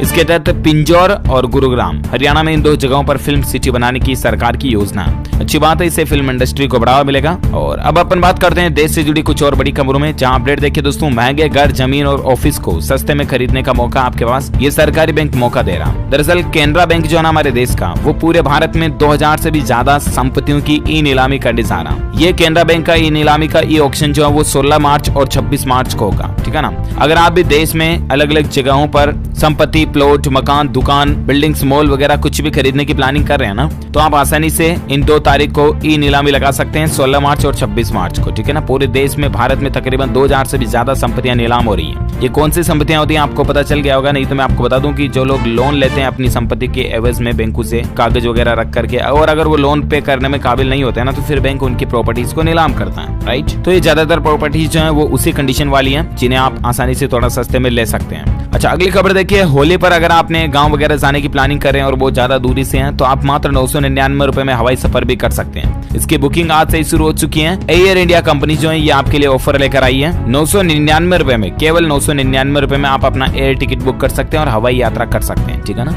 अच्छा, इसके अलावा हवाई सफर को लेकर और एक खबर देखिए। स्पाइस जेट कंपनी जो है ना, उसने एक नई सुविधा शुरू की है, कोरोना जांच की, कोरोना टेस्ट की सुविधा। और अब अगर आप स्पाइस जेट से सफर करते हो इस दौरान 299 रुपए में आपका कोविड टेस्ट हो जाएगा। और यहाँ तक कि ये सुविधा आपको घर बैठे भी मिल जाएगी, लेकिन इसके लिए एक कंडीशन है कि आपको एयरलाइन का पैसेंजर होना जरूरी है। दरअसल स्पाइस जेट कंपनी ने अपने पैसेंजर्स के लिए 299 रुपए में कोरोना टेस्ट करने की सुविधा दी है। ओके, और अगली खबर देखिए दोस्तों। इंस्टाग्राम रील्स अब आप व्हाट्सएप पर भी देख पाओगे। जल्दी ये नया फीचर आपको मिल जाएगा, इसकी टेस्टिंग अभी जारी है, यानी कि व्हाट्सएप पर अब आप इंस्टाग्राम रील्स के जितने भी शॉर्ट वीडियोस वगैरह होते हैं ना, उनको देख पाओगे बहुत जल्द, है ना। अच्छा, साथ ही फिलहाल अगली खबर देखिए। एक तो 25 मार्च से दिल्ली सरकार जो है वो घर घर राशन योजना शुरू करने जा रही है। लाइन लगने से छुटकारा मिल जाएगा। दरअसल आखिरकार उसकी तारीख आ ही चुकी है। आपने सुना तो होगा कि दिल्ली के मुख्यमंत्री अरविंद केजरीवाल जो है वो घर पर अब राशन की डिलीवरी करेंगे। इस तरह की नई योजना शुरू करने जा रहे हैं, लेकिन कब से करेंगे तो अब ये फाइनल तारीख आ चुकी है। 25 मार्च से ही राजधानी दिल्ली में लोगों के घर पर राशन डिलीवर होना शुरू हो जाएगा और इससे राशन की दुकानों पर लगने वाली लंबी लंबी लाइन से छुटकारा मिलेगा लोगों को। तो ये वाकई में दोस्तों दिल्ली गवर्नमेंट की बहुत अच्छी पहल है। ऐसी सुविधाएं दूसरे राज्य सरकारों को भी करनी चाहिए, राइट। और साथ ही अगली खबर देखिए। ESIC के 1.35 करोड़ मेंबर्स को मिलेगा कैशलेस इलाज। सरकार ने ये ऐलान कर दिया। जहां अगर आप भी प्राइवेट नौकरी या सरकारी नौकरी वगैरह जो कोई भी जॉब वगैरह करते हैं और अगर आप अपनी सैलरी से ESIC कटवाते हैं ना, तब आपको इन सुविधाओं का फायदा मिलेगा। दरअसल केंद्रीय मंत्री संतोष गंगवार ने कल ही बताया दोस्तों कि कर्मचारी कर्मचारी राज्य बीमा निगम यानी कि SIC की हेल्थ स्कीम और आयुष्मान भारत योजना के कन्वर्जेंस को लॉन्च करते हुए उनका यह कहना कि अब 113 जिलों के 1.35 करोड़ लोग लाभार्थी कैशलेस इलाज करा पाएंगे। इस योजना से जहां पर SIC स्कीम की सुविधा नहीं है ना, वहां भी लाभार्थियों का इलाज हो सकेगा। केंद्रीय labour and employment minister Santosh Gangwar ने दोनों स्कीमों के विलय को हेल्थ सर्विस के लिहाज से एक बड़ा कदम उठाया है, तो कर्मचारियों को जल्दी बड़ी सुविधा मिलनी चाहिए। अच्छा, अगली खबर देखिए दोस्तों, हाईकोर्ट की तरफ से एक सुझाव दिया गया है कि परिवार के खिलाफ जाकर शादी करने वालों के लिए पंजाब और हरियाणा में सेफ हाउस मुहैया कराया जाए। बहुत से ऐसे लड़के लड़की होते हैं ना जो एक दूसरे से प्यार मोहब्बत इसके करते हैं, लव करते हैं, और फिर उनके घर वाले उनकी शादी नहीं कर रहे होते तो वो भाग जाते हैं, भाग कर कोर्ट मैरिज वगैरह कर लेते हैं, राइट। लेकिन फिर उनके परिवार वालों में कुछ लोग ऐसे होते हैं जो उन पर बहुत ज्यादा गुस्सा होते हैं। तो वे क्या है कि कई लोग ऐसे होते हैं जो उनको नुकसान पहुंचाने की कोशिश करते हैं। कई लोग तो ऐसे कपल को जान से ही मतलब धमकी देते हैं वगैरह, आप समझ गए। तो ऐसे लोगों को, ऐसे कपल्स को, ऐसे लवर्स को, ये कहें तो अच्छा होगा, सुरक्षा देने के लिए पंजाब और हरियाणा उच्च न्यायालय यानी कि हाईकोर्ट का कहना दोस्तों की जो घर वालों के विरुद्ध जाकर शादी करते हैं ना, ऐसे जोड़ों की सुरक्षा की जाए। सरकार को ऐसे इंतजाम करने चाहिए, ऐसे सेफ हाउस बनाने चाहिए, है ना। और चलिए बात करें अगले अपडेट में मौसम समाचार को लेकर। सबसे बड़ी खबर देख पा रहे होंगे दोस्तों कि देश के इन राज्यों में भारी बारिश की चेतावनी निकल कर आ रही है। कल ही दोस्तों गुरुग्राम में आकाशीय बिजली गिरी और उससे 4 लोग झुलस गए। ये कुछ तस्वीरें भी आप देख सकते हैं वीडियो फुटेज में। ये देख सकते हैं आप इस वीडियो में कि किस तरह से वो पेड़ के पास जो 3-4 लोग खड़े थे, फिर अचानक से बिजली चमकती है और चारों लोग एक साथ धड़ाम से गिर जाते हैं। मतलब ऐसे हल्की हल्की बारिश में भी आप प्लीज बाहर ना निकलें। आजकल बिजली गिरने की संभावना काफी ज्यादा रहती है, ठीक है ना। इसलिए मैं आपको मौसम का अलर्ट बताता रहता हूँ। अब कौन कौन से राज्यों में भारी बारिश की चेतावनी है, तो खबर आप देख सकते हैं। राजस्थान, मध्य प्रदेश सहित कई इलाकों में बारिश का अनुमान तो है ही। इसके अलावा 12 राज्यों में आंधी चलने के आसार भी नजर आ रहे हैं। मौसम विभाग की सबसे बड़ी चेतावनी आ रही दोस्तों। देखिए उत्तर प्रदेश में भी नोएडा, मथुरा सहित 10 जिलों में पलटेगा मौसम,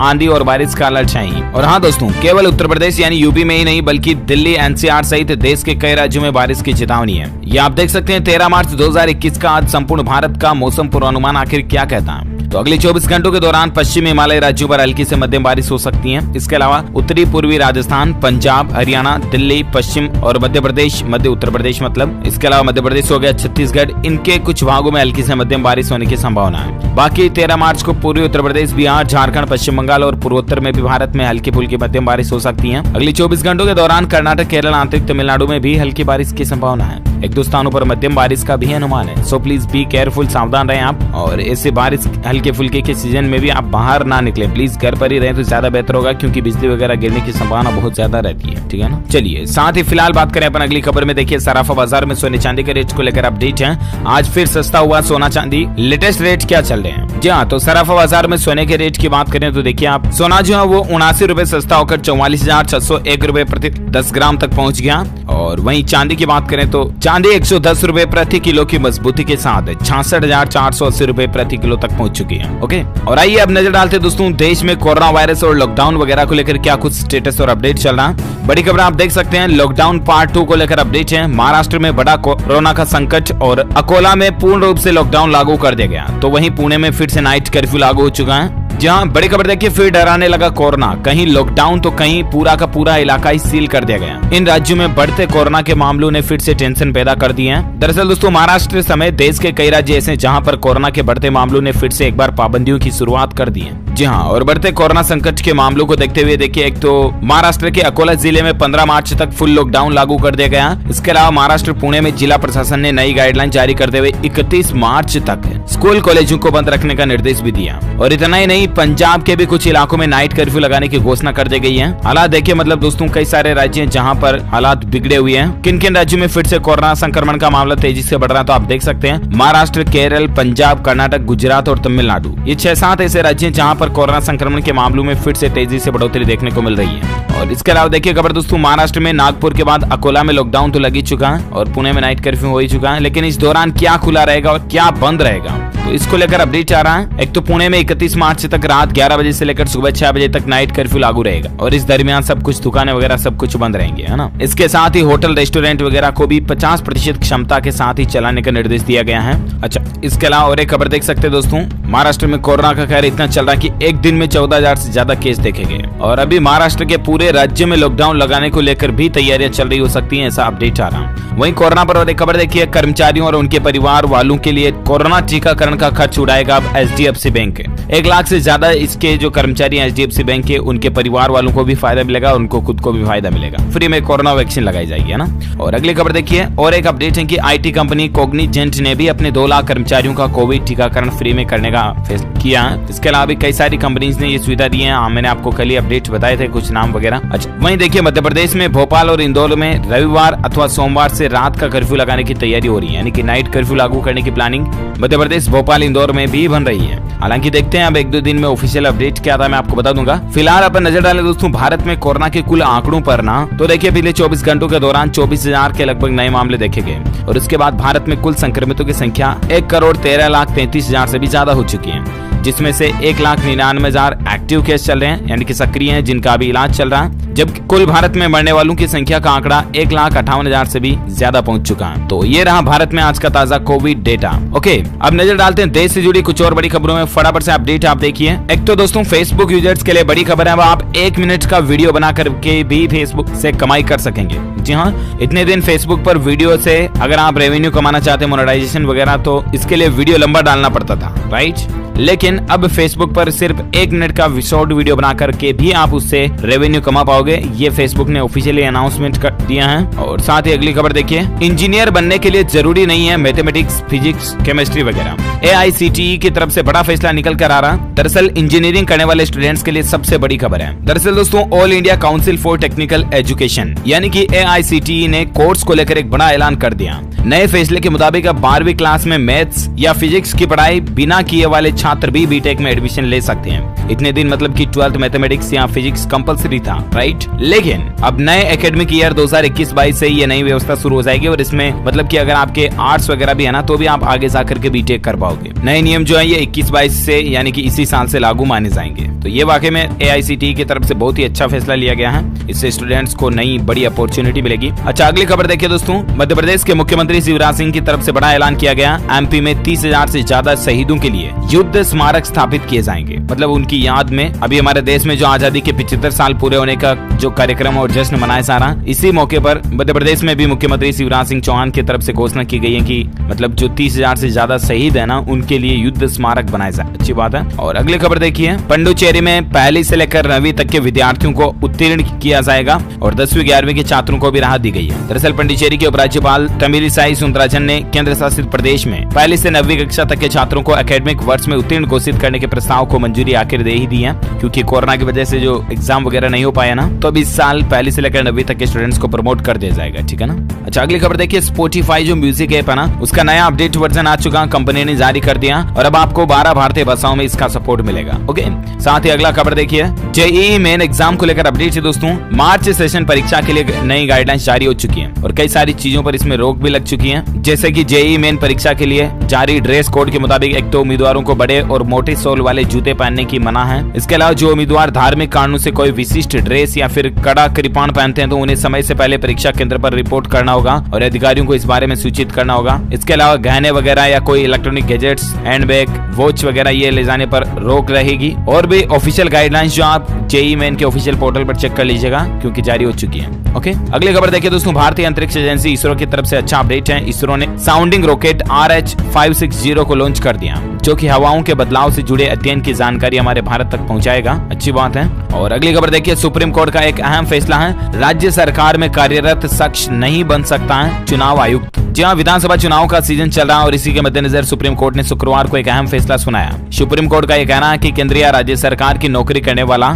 या उससे संबंधित कोई भी व्यक्ति राज्य के चुनाव आयुक्त के तौर पर काम नहीं कर सकता, क्योंकि आप मीडिया में ऐसी खबरें देखी होंगी दोस्तों की बहुत बार ऐसा जो पक्ष विपक्ष की पार्टियां जो होती है जैसे कि कांग्रेस वगैरह, ये बीजेपी पर इल्जाम लगाती हैं कि मतलब कि चुनाव के शेड्यूल और प्लेसेस वगैरह जो हैं वो इनके हिसाब से बना दिए गए, इनके हिसाब से निकाले गए, चुनाव की व्यवस्थाएं जो इनके हिसाब से की जा रही हैं, मतलब बीजेपी के हिसाब से, क्योंकि उनका कहना यह होता है कि चुनाव आयुक्त ही इनका है वगैरह वगैरह। तो अब चुनाव आयुक्त जो है ना वो कोई भी सरकारी आदमी नहीं होगा, चाहे राज्य सरकार से हो चाहे केंद्र सरकार से हो, है ना। तो ये सुप्रीम कोर्ट की तरफ से एक अहम फैसला है। अच्छा, साथ ही अगली खबर देखिए, देखिए, झारखंड राज्य में कोरोना के खौफ से स्कूली बच्चे जो भोजन वगैरह नहीं कर रहे हैं, तो इस पर सरकार ने एक बड़ा फैसला लिया। यहाँ पर शिक्षा विभाग ने निर्देश दिया कि जो बच्चे स्कूल आने के बाद भी मध्याह्न भोजन नहीं कर रहे हैं ना, उन्हें चावल और सूखा मिड डे मील का पैकेट तैयार करके दिया जाए, ताकि बच्चे जो है वो घर पहुँच करके अपने हिसाब से पका कर खा सकेंगे। तो ये बहुत ही अच्छी पहल है, क्योंकि बच्चों में क्या है कि कोरोना का डर है, इसलिए मतलब वो इंटरवल वाला भोजन नहीं कर रहे हैं, तो अब उनको सूखा दे दो, घर पे बना के खा लेंगे। अच्छा, अगली खबर देखिए दोस्तों, बीमा कंपनियों के लिए और बीमा ग्राहकों के लिए भी अपडेट है। अब इरडा जो है वो यूज एंड फाइल सिस्टम लागू करने जा रही है। अब ये क्या है, तो दरअसल दोस्तों इंश्योरेंस सेक्टर में नए उत्पादों को मंजूरी देने के मामले में फाइल करो और इस्तेमाल करो से हटाकर अब इस्तेमाल करो और फाइल करो सिस्टम अपनाने का विचार करा। इसमें बीमा कंपनियां बिना मंजूरी के लिए बाजार में नए उत्पाद पेश कर सकेंगी। इरडा के चेयरमैन सुभाष चंद्र खूंटिया ने नए नियमों के बारे में जानकारी भी दी है, ज्यादा इन्फॉर्मेशन भी आप देख सकते हैं। अच्छा, इसके अलावा दोस्तों अमेजॉन एप्पल डे सेल भी चल रही है अमेजॉन कंपनी पर, जिसमें आप iPhone, iPad, MacBook, Mac Pro वगैरह खरीदना चाहते हैं एप्पल के कोई प्रोडक्ट्स, तो वो थोड़े बहुत सस्ते ऑफर में आप खरीद सकते हैं, ठीक है ना, क्योंकि स्पेशली एप्पल डे सेल चल रही है। ओके, अगली खबर देखिए, राजधानी दिल्ली के अवैध कॉलोनियों को लेकर सरकार ने बड़ा ऐलान किया है और इसको लेकर लोकसभा में बिल भी पास हो चुका है। यानी कि अब जो अवैध कॉलोनियों में रहने वाले लोग हैं ना, उनके लिए बड़ी खबर है। अब वे अपने मकान, दुकान या प्लॉट की रजिस्ट्री भी करा सकेंगे और वे अपनी संपत्तियों पर बैंक से लोन वगैरह भी ले पाएंगे। तो ये दिल्ली में एक अच्छा फैसला है। और अगली खबर देखिए दोस्तों, ग्लोबल आयुर्वेद फेस्टिवल में पीएम मोदी बोले कि प्रकृति से आयुर्वेद का गहरा नाता है, यह लोक कल्याण का माकूल वक्त है। दरअसल कल ही प्रधानमंत्री नरेंद्र मोदी ने ग्लोबल आयुर्वेद फेस्टिवल को संबोधित किया और इस दौरान पीएम मोदी ने कहा कि आयुर्वेद और चिकित्सा के पारंपरिक रूपों को बढ़ावा देने के लिए यह महोत्सव एक सराहनीय प्रयास है। तो कल इस इवेंट पर ये कुछ बातें, चीजें, चर्चाएं हुई। और साथ ही अगली खबर देख सकते हैं, कल ही आपको पता होगा भारत वर्सेस इंग्लैंड के बीच पहला T20 मैच था और भारतीय टीम के लिए और भारतीय क्रिकेट फैंस के लिए भी दुख की बात है कि पहले ही T20 मैच में इंग्लैंड की जीत हुई। इंग्लैंड को 8 विकेट से जीत मिली है, भारतीय टीम को 8 विकेट से हार का सामना करना पड़ा कुल मिलाकर के, है ना। खैर, टेंशन लेने वाली कोई बात नहीं है दोस्तों, गेम है, मैच है, एक पार्टी की तो जीत होनी, दूसरी की हार होनी, साहब बात, तो ऐसा कोई टेंशन ना ले आप, नर्वस ना हो। और बाकी हमारी टीम इंडिया अगले मैच में बहुत अच्छा प्रयास करेगी, बेस्ट ऑफ लक इसके लिए। और फिलहाल अगली खबर देखिए दोस्तों, सुप्रीम कोर्ट ने एक और अहम आदेश दिया कि गर्भवती दुष्कर्म पीड़िताओं के लिए देश के हर जिले में हो मेडिकल बोर्ड। जहां दरअसल सुप्रीम कोर्ट ने कल ही एक मामले की सुनवाई करते दौरान कहा कि दुष्कर्म के चलते गर्भवती होने वाली पीड़िताओं, महिलाओं, बच्चियों, लड़कियों और उसके कानूनी अधिकारों को मजबूत बनाने के लिए देश के हर जिले में एक मेडिकल बोर्ड की स्थापना करनी चाहिए। अब देखते हैं सरकार इस पर और क्या फैसला लेती, मैं आपको बताऊंगा।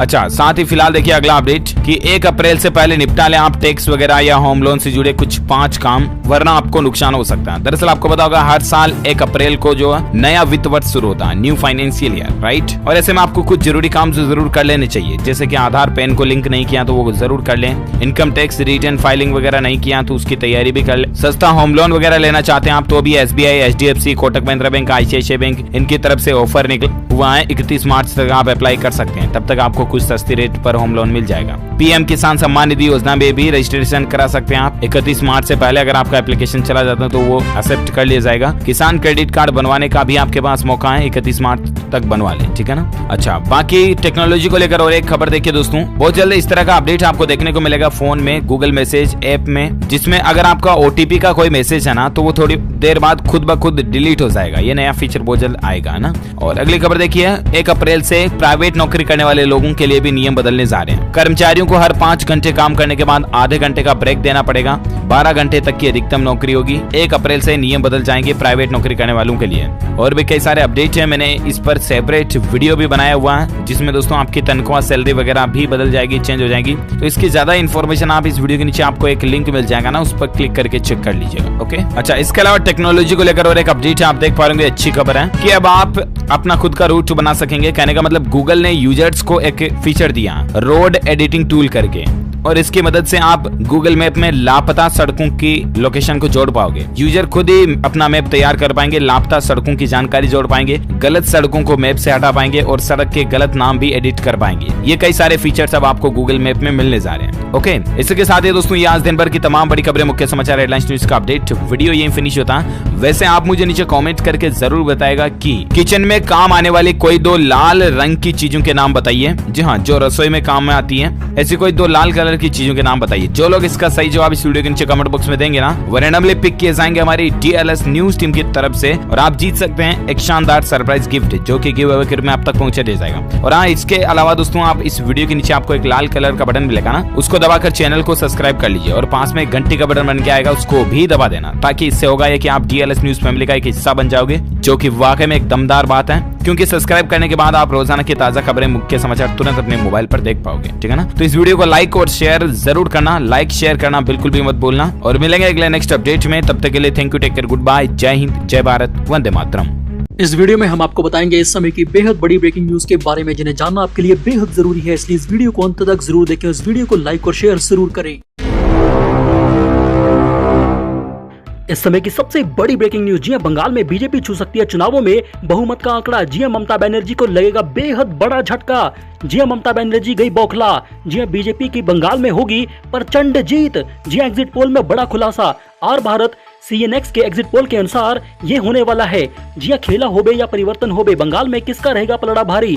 8 चरणों में हुए चुनाव के बाद अब यही सवाल सबसे बड़ा लोगों के मन में। जनता का मूड EVM मशीनों में कैद हो चुका है वोटिंग के जरिए कि कौन जीतेगा, किसके साथ खेला होगा बंगाल में। जी आपको बता दें कि बंगाल के चुनावों के रिजल्ट का इंतजार तो सभी को 2 मई का है, लेकिन बीजेपी का बंगाल से दीदी गई वाला सपना साकार हो जाएगा। जी फिर दीदी सत्ता पर काबिज नहीं हो पाएंगी। जी आपको बता दें कि आखिरी फैसला तो 2 मई को ही होगा, पर उससे पहले आज एग्जिट पोल के मुताबिक बीजेपी द्वारा 138 से लेकर 148 सीटें बंगाल में जीतने का बीजेपी द्वारा अनुमान लगाया गया है। जी जिससे बीजेपी को प्रचंड बहुमत मिलने का अनुमान हो चुका है और ममता बनर्जी बौखला गई है, जबकि ममता बनर्जी की पार्टी को मात्र 128 से लेकर 138 सीटों पर ही संतुष्टि करनी पड़ेगी। जी एग्जिट पोल के मुताबिक इस बार बंगाल में बीजेपी की लहर नहीं, सुनामी आने वाली है, सुनामी। आपको बता दें कि ममता बनर्जी की पार्टी TMC को 126 से 136 सीटें ही मिलेंगी, बीजेपी को 138 से 148 सीटें, वाम मोर्चा को 4 से 8 सीटें,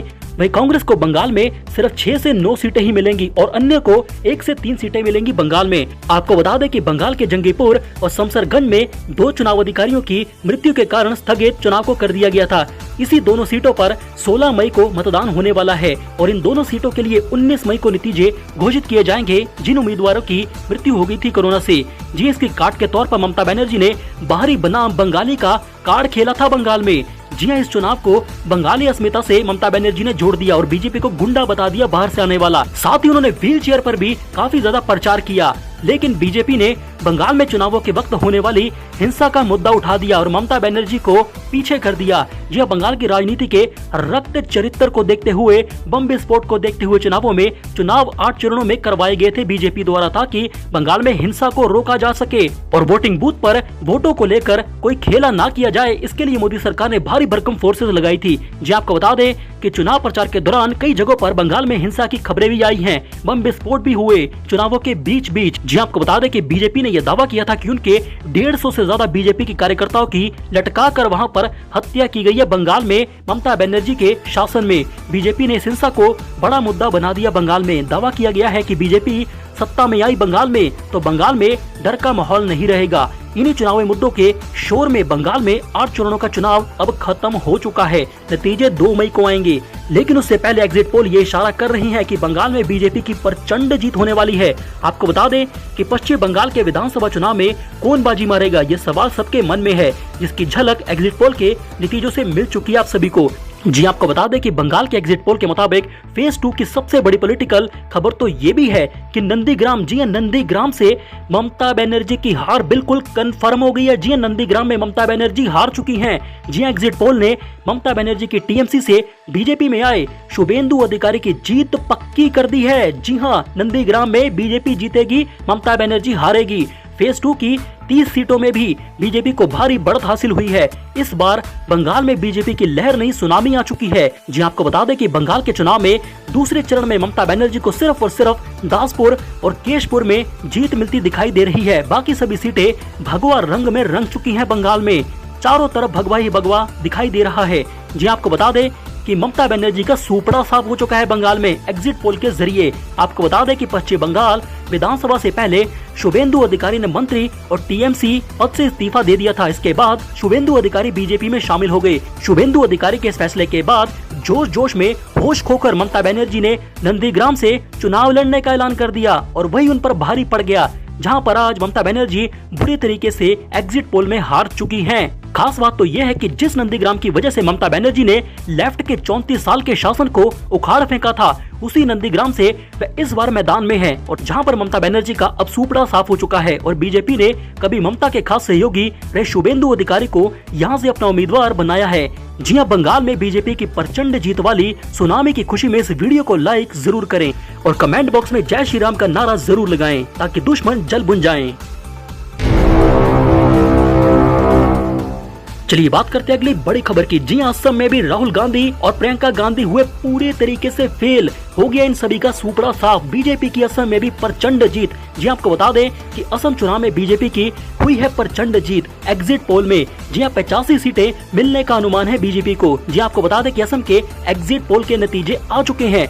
असम में दोबारा बीजेपी की सरकार बनने का बड़ा अनुमान लगाया जा रहा है। जी आपको बता दें कि बीजेपी गठबंधन को यहाँ पर असम में 85, जी हाँ पूरे असम में 85 सीटें मिलने का अनुमान है। वहीं कांग्रेस को भी पिछली बार के मुकाबले मामूली सी ही बढ़त मिलने का अनुमान है, ज्यादा नहीं। असम में किसको कितनी सीटें मिल रही हैं, चलिए हम आपको बताते हैं। असम के चुनाव में बीजेपी गठबंधन को 75 से 85 सीटें मिलने का अनुमान है, जिसमें अकेली बीजेपी को 61 से 65 सीटें मिलेंगी। वहीं बीजेपी के सहयोगी एजीपी को 9 से 13 सीटें, यूपी पीएल को 5 से 7 सीटें मिलेंगी। वहीं कांग्रेस के गठबंधन को असम चुनाव में 40 से 50 सीटें मिल सकती हैं, वो भी गठबंधन में, पूरी की पूरी कांग्रेस को नहीं। जी आपको बता दें कि कांग्रेस को असम में मात्र 24 से 30 सीटें ही मिल सकती हैं कांग्रेस की। साथ ही AIUDF को असम में 13 से 16 सीटें मिल सकती हैं, जबकि BPF को 3 से 4 सीटें मिलेंगी। वहीं अन्य को 1 से 4 सीटें असम में मिलने की संभावना है। कुल मिलाकर असम में भी बीजेपी की प्रचंड जीत होगी और सभी पार्टियां हार गई हैं। जी आपको बता दें कि पूर्वोत्तर के सबसे बड़े राज्य असम में विधानसभा चुनाव में कुल 126 सीटों पर 3 चरणों में चुनाव हुए हैं। इस बार के चुनाव में सत्ताधारी बीजेपी गठबंधन और कांग्रेस गठबंधन के बीच कांटे का मुकाबला है। वहीं तीसरे मोर्चे के दौर पर असम जातीय परिषद और राइजोर दल मैदान में है। असम में बीजेपी के नेतृत्व वाले गठबंधन में असम गण यानी के AGP और United people party liberation party शामिल है। राज्य की यानी कि असम की कुल 126 सीटों में से बीजेपी की सहयोगी 29 और UPL बीजेपी की सहयोगी 11 सीटों पर चुनाव लड़ रही है मिलकर। साथ ही बीजेपी का गठबंधन असम में 7 सीटों पर फ्रेंडली फाइट भी कर रहा है। असम के चुनाव में बीजेपी की प्रचंड जीत पर इस वीडियो को लाइक जरूर करें और कमेंट बॉक्स में जय श्री राम का नारा जरूर लगाएं ताकि भारत के दुश्मन जल भुन जाएं। चलिए बात करते हैं अगली बड़ी खबर की। जी हां, कोरोना वायरस के संक्रमण से लड़ने के लिए मोदी सरकार की तरफ से जहां एक तरफ भारत के नागरिकों को देश भर में वैक्सीनेशन लगवाई जा रही है, वहीं एक आयुर्वेदिक दवा भी सामने आई है आयुष मंत्रालय की तरफ से। जी हां, जो कोरोना के उपचार में कारगर साबित हो सकती है। आपको बता दें कि भारत के आयुष मंत्रालय की तरफ से अभी ये स्टेटमेंट जारी की गई है कि हल्के और मध्यम स्तर के कोरोना के उपचार के लिए आयुष 64 नाम की दवा कारगर साबित हो सकती है। ये आयुष मंत्रालय का बोलना है, आयुष मंत्रालय का। जी आपको बता दें कि आयुष मंत्रालय ने एक प्रेस कॉन्फ्रेंस के जरिए ही ये जानकारी सभी को दी है। आयुष मंत्रालय की तरफ से ये बोला गया है कि भारत में कोरोना संक्रमण के मौजूदा हालात में प्रसिद्ध संस्थानों के वैज्ञानिकों की ये खोज उम्मीद की किरण लेकर लोगों के सामने आई है। आपको बता दें कि भारत के आयुष मंत्रालय के national research professor doctor Bhushan Patwardhan ने यह बताया है अभी कि आयुष 64 नाम की आयुर्वेदिक दवा के परिणाम बहुत ही उत्साहवर्धक हैं और कोरोना ठीक भी हो सकता है उससे। और दुनिया के प्रतिष्ठित मेडिकल जर्नल में इसके क्लिनिकल ट्रायल के नतीजे हम जल्द प्रकाशित कर देंगे। आयुष 64 एक हर्बल दवा है, आयुष मंत्रालय का ये बोलना है, और इसकी खोज केंद्रीय आयुर्वेदिक विज्ञान अनुसंधान परिषद ने की है और इसे हल्के और मध्यम स्तर के कोरोना संक्रमण के उपचार में आयुष मंत्रालय ने कारगर बताया है। अब देखना ये होगा कि ये दवाई मार्केट में कब आती है लोगों को बचाने के लिए आयुर्वेदिक दवा। चलिए बात करते हैं अगली बड़ी खबर की। जी उत्तर प्रदेश में कोरोना के बेकाबू होते हालात को ध्यान में रखते हुए प्रदेश सरकार ने यानी कि उत्तर प्रदेश की सरकार ने उत्तर प्रदेश में ही वीकेंड में लॉकडाउन को एक और दिन बढ़ा दिया है, यानी कि 2 की जगह अब उत्तर प्रदेश में 3 दिन वीकेंड में लॉकडाउन रहेगा। संपूर्ण लॉकडाउन, सब कुछ बंद सन्नाटा। अब उत्तर प्रदेश में शुक्रवार शाम 8 बजे से मंगलवार, जी हां मंगलवार तक सुबह 7 बजे तक संपूर्ण लॉकडाउन रहेगा, जो पहले सोमवार तक रहता था। आपको बता दें कि पहले जारी किए गए आदेश के मुताबिक शनिवार और रविवार सिर्फ 2 दिन ही लॉकडाउन रहता था उत्तर प्रदेश में, लेकिन उत्तर प्रदेश में 3 दिन तक का लॉकडाउन ठोक दिया गया है। लोग परेशान हो गए हैं कि क्या करें क्या ना करें। दरअसल बीते मंगलवार को इलाहाबाद हाईकोर्ट ने प्रदेश में यानी कि उत्तर प्रदेश में कोरोना की स्थिति पर सुनवाई करते हुए 2 दिनों के लॉकडाउन को उत्तर प्रदेश में नाकाफी बताते हुए बोला था कि योगी आदित्यनाथ जी की सरकार ने अपने विवेक के अनुसार संक्रमण की चेन तोड़ने के लिए 2 दिन का लॉकडाउन तो लगा दिया, साथ ही अन्य पाबंदियां भी लागू कर दी। लेकिन कोरोना वायरस की इस सुनामी के सामने और बढ़ते मामलों को देखते हुए ये काफी नहीं है 2 दिन का लॉकडाउन उत्तर प्रदेश में वीकेंड में। हमें 3 दिन के लिए बढ़ाना होगा। लॉकडाउन को मंगलवार सुबह तक, सोमवार की बजाय मंगलवार की सुबह तक बढ़ाने के पीछे हाई कोर्ट की इस टिप्पणी का एक बड़ा कारण है।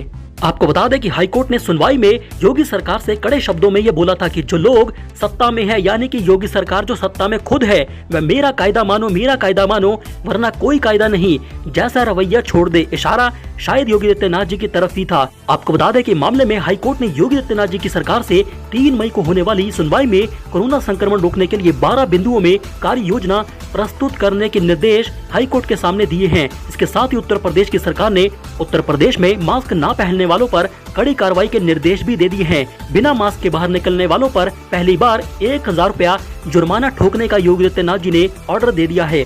वहीं दूसरी बार बिना मास्क के पकड़े जाने पर उत्तर प्रदेश के लोगों को अब 10 गुना ज्यादा जुर्माना ठोका जाएगा योगी जी के आदेश के अनुसार, यानी कि दूसरी बार सीधे के सीधे आपसे 10,000 रुपए ठोके जाएंगे। जी हाँ, ये जुर्माना होगा आपके ऊपर मास्क ना पहनने का दूसरी बार। आपको बता दें कि उत्तर प्रदेश की सरकार ने कोरोना प्रोटोकॉल कड़ाई से पालन करवाने के निर्देश दे दिए हैं और हफ्ते में 3 दिन तक लॉकडाउन लगाने की घोषणा कर दी है।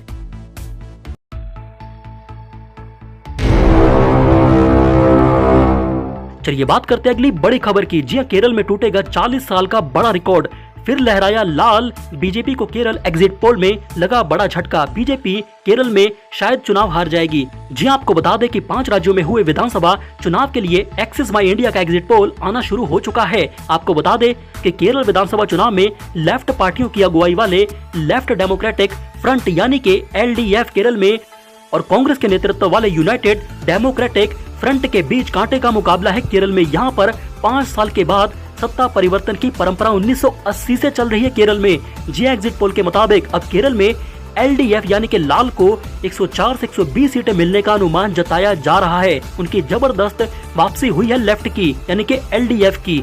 आपको बता दें कि वहीं UDF को केरल में 20 से 36 सीटें मिलने का अनुमान है, जबकि वहां पर केरल में बीजेपी को मात्र 0 से 2 सीटें मिलने के एग्जिट पोल सामने आ रही हैं। जी आपको बता दें कि केरल में शायद बीजेपी की सरकार एग्जिट पोल के ही मुताबिक शायद ना बन पाए। अन्य को भी 0 से 2 सीटें मिलने का अनुमान जताया जा रहा है, यानी कि कुल मिलाकर केरल में एग्जिट पोल में बीजेपी को बड़ा झटका लगा है।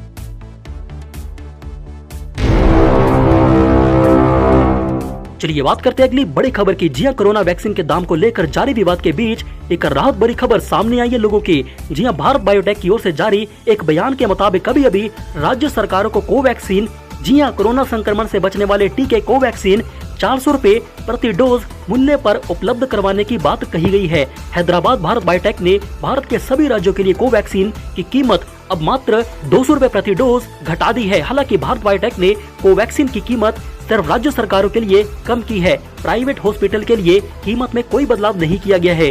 प्राइवेट हॉस्पिटल को अभी भी कोवैक्सीन की 1 डोज 1200 रुपए में खरीदनी पड़ेगी। वहीं केंद्र की मोदी सरकार को 1 कोरोना वैक्सीन की डोज 150 रुपए में वैक्सीन बनाने वाली कंपनियां देगी 150 रुपए में। आपको बता दें कि भारत बायोटेक ने पहले अपने कोरोना टीके कोवैक्सीन की कीमत राज्य सरकारों के लिए 600 रुपए प्रति खुराक रख दी थी टीके की कीमत, और प्राइवेट अस्पतालों के लिए 1200 रुपए रखी थी। लेकिन अब कोरोना वैक्सीन बनाने वाली कंपनियों ने राज्य सरकारों के लिए इस टीके की कीमत घटाकर 400 रुपए प्रति खुराक कर दी है। इससे पहले सीरम इंस्टीट्यूट ऑफ इंडिया ने भी सभी राज्यों को दी जाने वाली कोविशील्ड वैक्सीन की कीमत 100 रुपए घटा दी थी। जी आपको बता दें कि कोविशील्ड की राज्य सरकारों के लिए कीमत 400 रुपए प्रति खुराक तय की गई थी। अब इसे 300 रुपए प्रति खुराक कर दिया गया है। आपको बता दें कि भारत में 1 मई से 18 साल से अधिक उम्र के लोगों को कोरोना की वैक्सीन लगाई जाएगी। इसके लिए बुधवार से रजिस्ट्रेशन शुरू भी हो चुका है। चलिए बात करते हैं अगली बड़ी खबर की। जी देश भर में भारत में कोरोना वायरस की तीसरी लहर के बीच यानी कि सुनामी के बीच सुप्रीम कोर्ट और दिल्ली हाई कोर्ट में कोरोना वायरस से संबंधित अलग अलग याचिकाओं पर सुनवाई जारी है, जहां पर बीजेपी को भी कड़ी फटकार लगा रहा है कोर्ट। जी इसी सिलसिले में आज सुप्रीम कोर्ट में एक और याचिका दायर की गई है बीजेपी के खिलाफ, जी जो दावा करती है कि कोरोना वायरस के इस वैक्सीन यानी कि टीकाकरण अभियान में 32,000 करोड़ रुपए का घोटाला हुआ है। शायद इनका इशारा बीजेपी की तरफ था। ये याचिका वकील दीपक आनंद मसीह की ओर से दाखिल की गई है कोर्ट में। याचिका में कोरोना से निपटने के लिए केंद्र की मोदी सरकार की नीतियों पर भी इन्होंने सवाल उठा दिए हैं। आपको बता दें कि याचिकाकर्ता ने कोर्ट में ये बोल दिया है कि पश्चिम देशों में कोरोना की वैक्सीन तैयार कर ली गई है, लेकिन उसकी लागत दूसरे देशों ने सिर्फ और सिर्फ 150 रुपए रखी है, इससे ज्यादा नहीं है। वहीं भारत में यही कोरोना की वैक्सीन आम लोगों को 600 रुपए में क्यों मिल रही है? क्यों मिल रही है भाई? अब 18 साल से ज्यादा आयु के लोगों को वैक्सीन लगने वाली है तो कीमत भी बढ़ गई है। एक अनुमान के मुताबिक अभी 80 करोड़ लोगों को कोरोना टीके की वैक्सीन लगनी बाकी है। ऐसे में टीके की कीमत का हिसाब लगाया जाए, याचिकाकर्ता के अनुसार, हमारे अनुसार नहीं, 32,000 करोड़ रुपए का घोटाला याचिकाकर्ता का कोर्ट में सामने आया है। याचिकाकर्ता ने यह बोला है कि प्रधानमंत्री मोदी जी ने नेशनल साइंटिफिक फोर्स तो बना दी है, लेकिन फरवरी मार्च में उसकी एक भी बैठक नहीं की है जानबूझकर। के अलावा एक व्यक्ति ने याचिका में कोर्ट में ये भी बोला है कि अमेरिकी राष्ट्रपति को भी पूरे देश में लॉकडाउन लगाने का अधिकार नहीं है। तो फिर कैसे भारतीय प्रधानमंत्री मोदी जी जबरदस्ती पूरे भारत में लॉकडाउन लगाते हैं? चलिए बात करते हैं अगली बड़ी खबर की। जी उत्तर प्रदेश में योगी आदित्यनाथ जी ने मनरेगा के तहत रोजगार देने की बड़ी योजना बताई है। जी जिसमें ग्राम रोजगार महिलाओं के लिए उत्तर प्रदेश में 100 दिन का रोजगार कम से कम 25 लाख परिवारों को योगी आदित्यनाथ जी देगी। जी योगी सरकार के मुताबिक पंचायत चुनाव उत्तर प्रदेश में खत्म होने के बाद इस स्कीम को उत्तर प्रदेश में जल्द से जल्द लागू किया जाएगा योगी सरकार द्वारा। योगी आदित्यनाथ जी ने यह बोला कि कोरोना वायरस की सुनामी के कारण हमें लोगों के यूपी वापस आने की रिपोर्ट मिल रही है। काम ना मिलने की वजह से दिल्ली और मुंबई में, लॉकडाउन की वजह से वह पलायन कर रहे हैं उत्तर प्रदेश में। तमाम 59,000 ग्राम पंचायतों में होने वाले ग्राम रोजगार के अलावा महिला साथी उन चुनिंदा मनरेगा साइटों में लगी हुई हैं, जिनमें महिला मजदूर भी हैं। इसीलिए हमने उत्तर प्रदेश में लोगों को रोजगार देने की योजना बनाई है, जिसमें ग्राम रोजगार महिलाओं और पुरुषों के लिए 100 दिन का रोजगार कम से कम और 25 लाख परिवारों को दिया जाएगा रोजगार। चलिए बात करते हैं अगली बड़ी खबर की। जी तमिलनाडु सरकार ने रविवार को तमिलनाडु की सरकार ने संपूर्ण लॉकडाउन तमिलनाडु में लगाने की घोषणा कर दी है और बाकी सभी दिनों में हफ्ते में रात्रि कर्फ्यू को अगले आदेश तक बढ़ा दिया है, अनिश्चित काल तक। चलिए बात करते हैं अगली बड़ी खबर की। जी अमेरिका ने अभी अपने अमेरिकी नागरिकों को भारत की यात्रा नहीं करने की सलाह दी है। साथ ही जो अमेरिकी लोग पहले से ही भारत में मौजूद हैं, अमेरिका ने उन्हें जल्द से जल्द भारत छोड़ने की भी हिदायत दे दी है। जी आपको बता दें कि अमेरिकी दूतावास के अपने कर्मियों के स्वजनों को भी समय रहते भारत लौटने के लिए अमेरिका ने बोल दिया है। अमेरिका की ये दलील है कि भारत में कोरोना वायरस की सुनामी और तीसरी लहर के बीच सभी तरह की चिकित्सीय मेडिकल उपलब्धता भारत में फेल हो चुकी है और संसाधन भारत में सीमित है कोरोना से लड़ने के लिए। इसीलिए सभी अमेरिकी भारत छोड़कर तुरंत अमेरिका अपने देश में पहुंच जाएं और कोई भी नया व्यक्ति अमेरिका का भारत की यात्रा बिल्कुल भी ना करे। इस न्यूज बुलेटिन में फिलहाल इतना ही। इस वीडियो को लाइक और शेयर जरूर करें। Bureau report MGK news.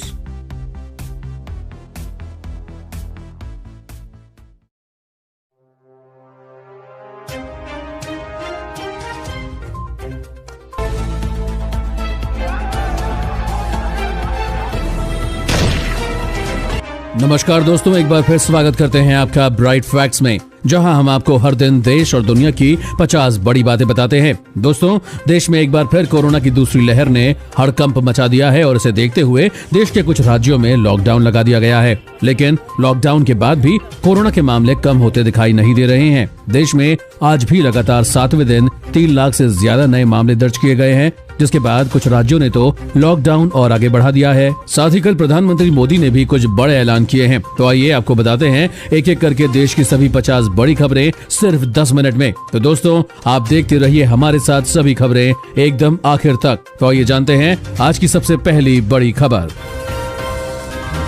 देश में कोरोना का प्रकोप अभी भी जारी। पिछले 24 घंटे में मिले 3,79,257 कोरोना के नए मामले, हुई 3,645 लोगों की मौत। बढ़ते कोरोना को देखते हुए झारखंड में 6 मई तक और बढ़ाया गया लॉकडाउन। हरियाणा के सभी जिलों में लगने वाली है सख्त पाबंदियां, कभी भी हो सकता है बड़ा ऐलान। यूपी में बढ़ा लॉकडाउन का टाइम, अब मंगलवार सुबह तक रहेगी पाबंदियां। उत्तराखंड सरकार ने कोरोना को देखते हुए इस साल 4 धाम यात्रा की रद्द। रणदीप सुरजेवाला ने किया पीएम मोदी पर हमला, बोले मोदी के लिए लोगों की जान से ज्यादा जरूरी है संसद की इमारत। महाराष्ट्र में टूटे सारे रिकॉर्ड, कोरोना से एक दिन में 985 मौतें और 63,309 लोग हुए कोरोना पॉजिटिव। दिल्ली में बढ़ते कोरोना से मौतों के बीच कुत्तों के लिए बने शमशान घाट में होगा इंसानों का अंतिम संस्कार। राजस्थान के मुख्यमंत्री अशोक गहलोत हुए कोरोना से संक्रमित, नहीं था कोरोना का कोई भी लक्षण। शेयर बाजार में तेजी, सेंसेक्स 50,000 के पार खुला। मध्य प्रदेश में अब 7 मई तक बढ़ा कोरोना कर्फ्यू, सीएम ने कहा कड़ाई से हो पालन। यूपी में कोरोना संक्रमण के चलते 20 मई तक कक्षा 1 से 8वीं तक के सभी सरकारी विद्यालय बंद किए गए। दिल्ली में पिछले 24 घंटे में 25,986 कोरोना के नए मामले सामने आए और हुई 368 लोगों की मौत। बीते एक दिन में यूपी में कोरोना के सामने आए 29,000 से अधिक मामले, हुई 266 लोगों की मौत। और ऑक्सीजन किल्लत पर हाईकोर्ट ने कहा लोग रोज मर रहे हैं, केंद्र सरकार कैसे भी सुलझाए ये परेशानी। 1 मई को भी गैस सिलेंडर की नई कीमतों की जाएगी घोषणा, कोरोना के बीच जनता को लग सकता है बड़ा झटका। कोरोना के संक्रमण को रोकने के लिए पड़ोसी देश नेपाल में लगा 15 दिनों का लॉकडाउन। तो दोस्तों अब बात करते हैं 5 पैसा के बारे में। दोस्तों केवल 5 साल में 5 पैसा ने 12 लाख प्लस कस्टमर्स जोड़ लिए हैं। ऐसा पॉसिबल हो पाया है 5 पैसा के paperless hassle free demat account process की वजह से। आप 5 मिनट में अपना फ्री में डीमैट अकाउंट ओपन कर सकते हो 5 पैसा मोबाइल ऐप के थ्रू। प्ले स्टोर या फिर डिस्क्रिप्शन में दिए गए लिंक पर क्लिक करके 5 पैसा मोबाइल ऐप डाउनलोड करें। Mobile number, email ID verify करें, PAN card, date of birth, bank details verify करें और पर्सनल इन्फॉर्मेशन जैसे कि एड्रेस, ऑक्यूपेशन और एनुअल इनकम फिल इन करें और अकाउंट ओपनिंग फॉर्म पर ई साइन करें। 5 पैसा मोबाइल ऐप पर आप equity, FNO, commodities, currency, gold, direct mutual funds में इन्वेस्ट कर सकते हैं और स्टॉक स्पेसिफिक टिप्स के साथ आप फ्री में अपना मार्केट रिसर्च कर सकते हो स्टॉक मार्केट के ऊपर। Exclusive offer for you, code offer 250 use करने पर आपको 250 रुपए मिलेगा, जिसे आप अपनी इन्वेस्टमेंट की जर्नी स्टार्ट कर सकते हो। तो फिर देर किस बात की है, आज ही अपना इन्वेस्टमेंट स्टार्ट करिए और अपना फ्यूचर सिक्योर कीजिए। Click on the link in the description box. Assam में कोरोना के एक दिन में 3045 नए मामले आए सामने, 22 की मौत। दिल्ली में गैस सिलेंडर फटने से बड़ा हादसा, एक ही परिवार के 6 लोग मरे। महाराष्ट्र में 30 अप्रैल के बाद भी जारी रहेगा 15 दिन का लॉकडाउन, उद्धव कैबिनेट की बैठक में फैसला। और भारत को अमेरिका भेज रहा है 740 करोड़ रुपए से ज्यादा का सामान, कोरोना से लड़ने में भारत को मिलेगी बड़ी मदद। मध्य प्रदेश में पेड़ काटने पर आदिवासी युवक पर लगा 1 करोड़ 20 लाख रुपए का जुर्माना। सीरम ने राज्य सरकार के लिए कोरोना वैक्सीन के दाम में 100 रुपए की कटौती। कोरोना होने के बाद भी अस्पताल के बेड पर सीए की तैयारी कर रहा युवक, वायरल हुई तस्वीर। बेंगलुरु में कोरोना से संक्रमित 3000 से ज्यादा लोग हुए फरार। पीएम केयर्स फंड से होगी 1 लाख ऑक्सीजन कंसंट्रेटर्स की खरीद, पीएम नरेंद्र मोदी ने दी मंजूरी। अब सिंगापुर ने बढ़ाया मदद का हाथ, भारत के लिए रवाना किए मेडिकल ऑक्सीजन के 2 विमान। इलाज की भीख मांगती रही मां, कोरोना संक्रमित 1 साल के बच्चे ने अस्पताल के बाहर तोड़ा दम। खड़ी रोडवेज की 3 बसों में अचानक आग लग गई, फायर ब्रिगेड ने आग पर पाया काबू। डॉक्टरों का कहना देश को है 5 लाख आईसीयू बेड की जरूरत, लेकिन अभी केवल 90,000 ही है उपलब्ध। रायपुर में हॉस्पिटल ने महिला को मृत बताया, लेकिन शमशान में चल रही थी सांसें, डॉक्टरों के खिलाफ हुआ मामला दर्ज। हाईकोर्ट का बीमा कंपनियों को आदेश, 1 घंटे में पास करें कोरोना मरीजों का बिल। कोरोना की मार ने बदल दी भारत की 16 साल पुरानी नीति, चीन से वैक्सीन खरीदने को तैयार। लॉकडाउन की तैयारी, 150 जिलों में संक्रमण से हाहाकार, सरकार ले सकती है बड़ा फैसला। लॉकडाउन के बाद भी ग्रेटर नोएडा के लोहारली टोल प्लाजा पर जाम, दोनों साइड वाहनों की लंबी कतार।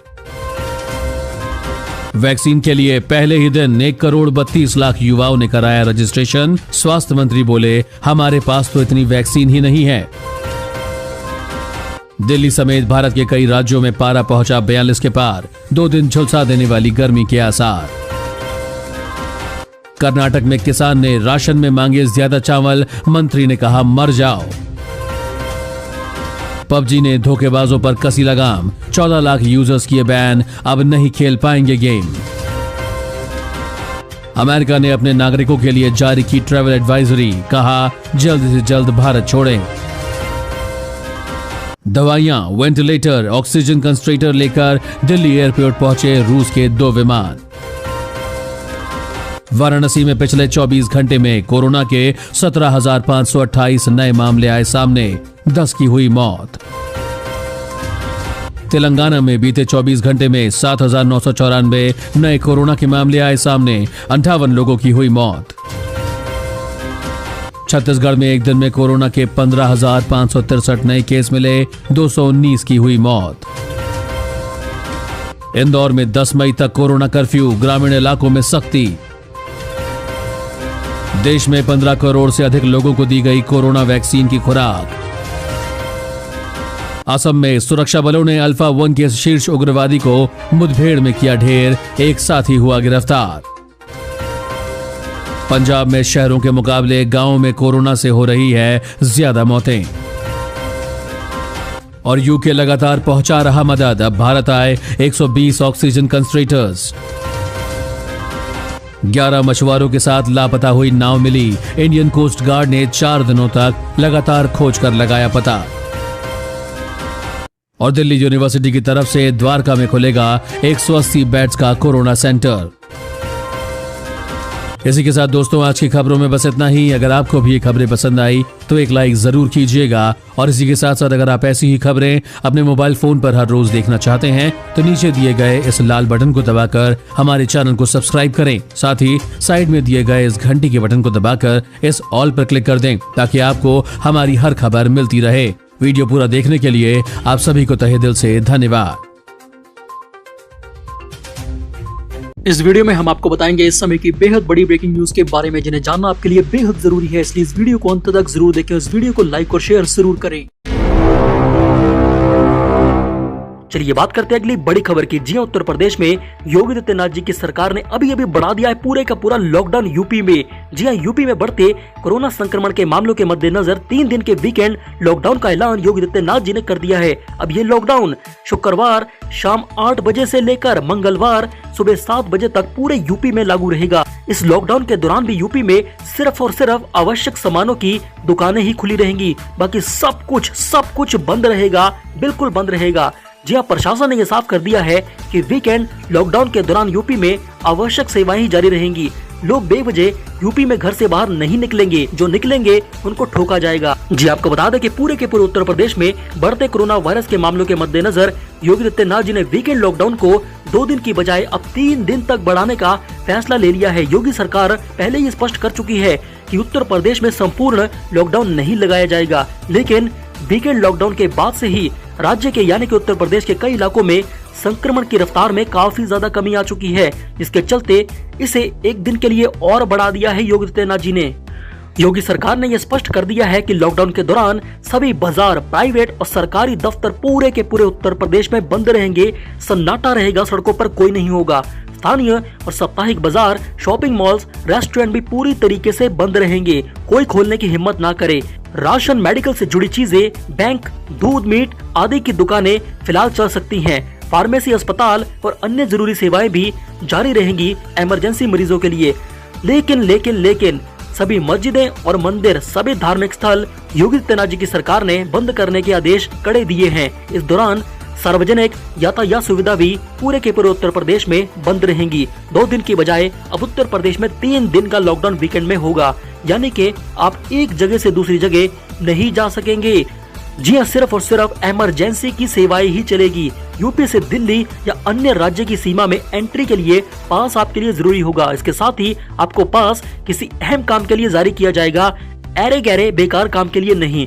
जो लोग अस्पताल जा रहे होंगे केवल उन लोगों को नहीं रोका जाएगा। अगर आप कोई ट्रेन या हवाई माध्यम से यात्रा करने के लिए निकले हैं तो आपको नहीं रोका जाएगा। इसके लिए आपको बस का टिकट दिखाना होगा। अगर आप परीक्षा के लिए जा रहे हैं तो आपको अपना एडमिट कार्ड भी दिखाना जरूरी होगा। योगी आदित्यनाथ जी ने आदेश दिया है कि बिना पास के घूमते पकड़े गए लोगों पर महामारी एक्ट के तहत कार्रवाई की जाएगी, खतरनाक तरीके से, डंडे से। इस समय की सबसे बड़ी ब्रेकिंग न्यूज है, भारत में कोरोना वायरस संक्रमण के गंभीर संकट के बीच कई देश भारत की मदद के लिए मेडिकल सामानों की सप्लाई करने में लगे हुए हैं। भारत की मदद के लिए जी आपको बता दें कि अभी रूस से भी 2 कार्गो विमान, ऑक्सीजन कॉन्सेंट्रेटर और वेंटिलेटर सहित कई मेडिकल सामानों के साथ भारत पहुंच चुके हैं। जी हाँ, भारत में रूस के राजदूत निकोल कुदाशेव ने इसकी जानकारी दी। उन्होंने ये बोला कि रूस ने कोरोना वायरस के खिलाफ लड़ाई में दोनों देशों के बीच खास और रणनीतिक साझेदारी को देखते हुए मानवीय सहायता भारत को भेजने का फैसला लिया है, जो कि वेंटिलेटर और ऑक्सीजन के बड़े बड़े टैंकर्स हैं। रूस ने ये बोला है कि 2 फ्लाइट तत्काल राहत सामग्री लेकर भारत पहुंच चुकी है। इनमें कुल 20 मीट्रिक टन सामान लाया गया है।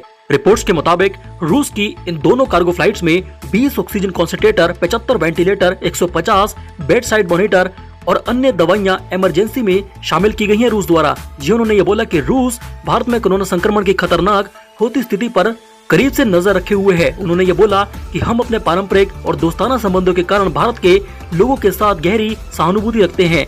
जी आपको बता दें कि रूस के राजदूत ने बताया कि corona virus vaccine Sputnik V मई से भारत पहुंचनी शुरू हो जाएगी।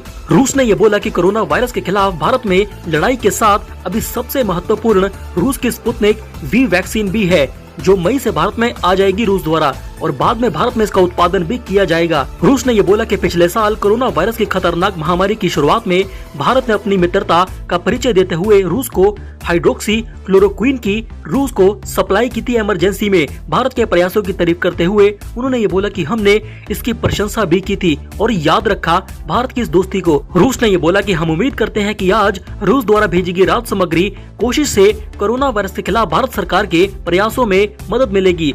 आपको बता दें कि इससे पहले भी प्रधानमंत्री मोदी जी ने रूस के राष्ट्रपति व्लादिमीर पुतिन से फोन पर कोरोना संकट की स्थिति पर बातचीत की थी। उन्होंने ट्वीट करके ये बताया था कि मेरे राष्ट्रपति पुतिन से आज अच्छी बातचीत हुई है। हमने कोरोना वायरस से उत्पन्न स्थिति पर चर्चा की है और इसके खिलाफ लड़ाई में रूस की ओर से दी जा रही मदद और सहयोग के लिए मैंने राष्ट्रपति पुतिन का धन्यवाद भी किया है। हम उम्मीद करते हैं कि आज रूस द्वारा दी गई कोशिश से कोरोना वायरस के खिलाफ भारत सरकार के प्रयासों में मदद मिलेगी। आपको बता दें कि अमेरिका, रूस, Germany, France, UK, Canada, Australia, Ireland, Belgium, Romania, Luxembourg, Singapore, पुर्तगाल, स्वीडन, न्यूजीलैंड, कुवैत, मॉरिशस सहित कई प्रमुख देशों ने भारत को कोरोना वायरस की खतरनाक सुनामी के खिलाफ मदद करने के लिए मेडिकल सहायता पहुंचाने की घोषणा तक कर दी है। आपको बता दें कि ये पहली बार है जब पूरी दुनिया के देश भारत की मदद कर रहे हैं और ये सब मोदी जी की वजह से हुआ है, क्योंकि वह सबकी मदद करते हैं। आज इसीलिए भारत की सब मदद कर रहे हैं। आपको बता दें कि सिंगापुर ने भी भारत को 256 ऑक्सीजन सिलेंडरों की आपूर्ति की है। नॉर्वे सरकार ने भारत में कोरोना वायरस से पीड़ित लोगों की मेडिकल सेवा के लिए 24 लाख, जी हां 24 लाख अमेरिकी डॉलर देने का योगदान किया था। वहीं अमेरिका ने भी भारत को $100 मिलियन से अधिक की मेडिकल सामानों की फ्री में सप्लाई करने का फैसला लिया था। इनमें 1700 ऑक्सीजन कॉन्सेंट्रेटर, 1100 सिलेंडर, 20 मरीजों तक की मदद करने वाला ऑक्सीजन जनरेशन यूनिट और अन्य सामान शामिल हैं। इतना ही नहीं, स्विट्जरलैंड ने भी भारत से ये बोला था कि कोरोना वायरस महामारी से उत्पन्न चुनौतीपूर्ण समय में निपटने के लिए भारत को ऑक्सीजन कॉन्सेंट्रेटर, वेंटिलेटर व अन्य मेडिकल उपकरण भेज रहा है स्विट्जरलैंड। इसके अलावा अन्य कई देशों ने भी वेंटिलेटर, ऑक्सीजन कॉन्सेंट्रेटर और अन्य सामान भारत भेजने की घोषणा कर दी है।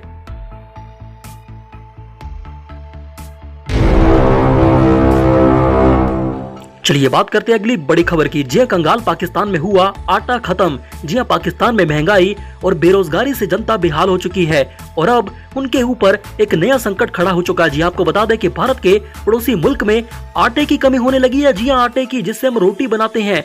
और जल्द ही पाकिस्तान में आटा संकट यानी कि फ्लोर क्राइसिस में फंस जाएगा।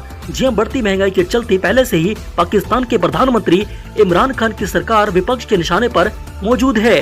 वहीं दूसरी ओर पाकिस्तान में आटा संकट मंडराने पर इमरान पर चौतरफा दबाव बढ़ गया है। पाकिस्तानियों के पास खाने के लिए आटा नहीं है, रोटी नहीं है। गौरतलब है कि वहां पर इसके ब्लैक मार्केटिंग भी चल पड़ी है। जी कोरोना की वजह से पहले से ही पाकिस्तानी अर्थव्यवस्था का बेड़ा गर्क हो चुका है। पाकिस्तानी पीपल्स पार्टी यानी कि पीपीपी के अध्यक्ष बिलावल भुट्टो जरदारी ने चेतावनी दी है कि पाकिस्तान एक तरफ आटे के संकट की तरफ बढ़ता जा रहा है बड़ी तेजी से। उनके पास खाने के लिए रोटियां ही नहीं है, क्योंकि देश में यानी कि पाकिस्तान में केवल 20 दिन का, जी हां 20 दिन से कम का गेहूं का स्टॉक बचा है पाकिस्तान में। फिर पाकिस्तान में आटा बिल्कुल खत्म। जी आपको बता दें कि पाकिस्तान में बिलावल ने इमरान खान की सरकार पर आरोप लगाया है कि ये झूठे दावे कर रही है इमरान खान की सरकार। इससे सब्सिडी की कीमत को 400% तक बढ़ा दिया है। पाकिस्तान के इतिहास में आज पहली बार गेहूं का समर्थन मूल्य सभी प्रांतों में एक बराबर नहीं है। इमरान खान पंजाब, खैबर पख्तूनख्वा और बलूचिस्तान के किसानों के इस उत्पीड़न के लिए जिम्मेदार है। आपको बता दें कि पाकिस्तान की सरकार ने 3 सालों में 2 बार आटा संकट खड़ा किया है पाकिस्तान में। जी हां, बिलावल ने यह बोला कि इमरान खान की सरकार की पीटीआई सरकार की खराब योजनाओं का ही नतीजा है। आज पाकिस्तान देश में केवल 2 से 2.5 सप्ताह का गेहूं का आटा बचा हुआ पूरे के पूरे पाकिस्तान में। 2.5 हफ्ते में पाकिस्तान का आटा खत्म, रोटियां खत्म। जी हाँ, उन्होंने ये बोला कि अगर पाकिस्तान में आटे के संकट से नहीं निपटा गया तो पाकिस्तान को एक बार फिर से आटे की कमी का सामना करना पड़ेगा और पाकिस्तानी भूखे मर जाएंगे। इस वीडियो में हम आपको बताएंगे इस समय की बेहद बड़ी ब्रेकिंग न्यूज के बारे में, जिन्हें जानना आपके लिए बेहद जरूरी है। इसलिए इस वीडियो को अंत तक जरूर देखें, इस वीडियो को लाइक और शेयर जरूर करें। चलिए बात करते हैं अगली बड़ी खबर की। जी हां, कोरोना से बेहाल दिल्ली में आधी रात केजरीवाल की सरकार बदल चुकी है। जी हां, दिल्ली में अब एलजी की सरकार होगी। जी हां, केंद्र की मोदी सरकार ने जारी किया नए कानून का नोटिफिकेशन। बुरी तरह से बौखला गए केजरीवाल।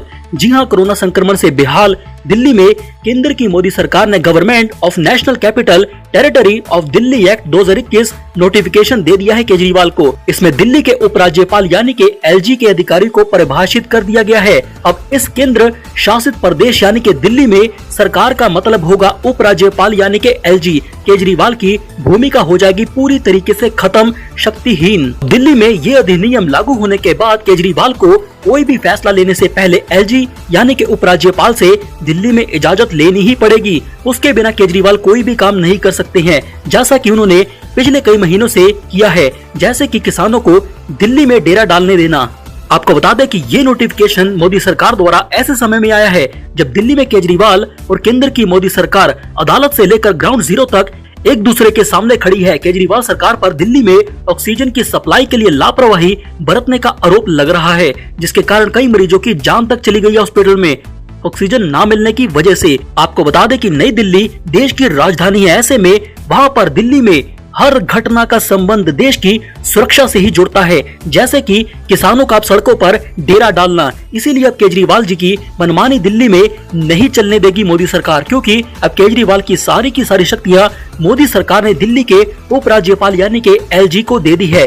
केजरीवाल अब कुछ नहीं कर पाएंगे दिल्ली में मुख्यमंत्री रहते हुए भी। अब दिल्ली में सरकार का मतलब उपराज्यपाल होगा यानी कि एलजी होगा। इस घोषणा के बाद दिल्ली के मुख्यमंत्री केजरीवाल बुरी तरह से तिल मिला गए और बीजेपी पर बौखला गए हैं।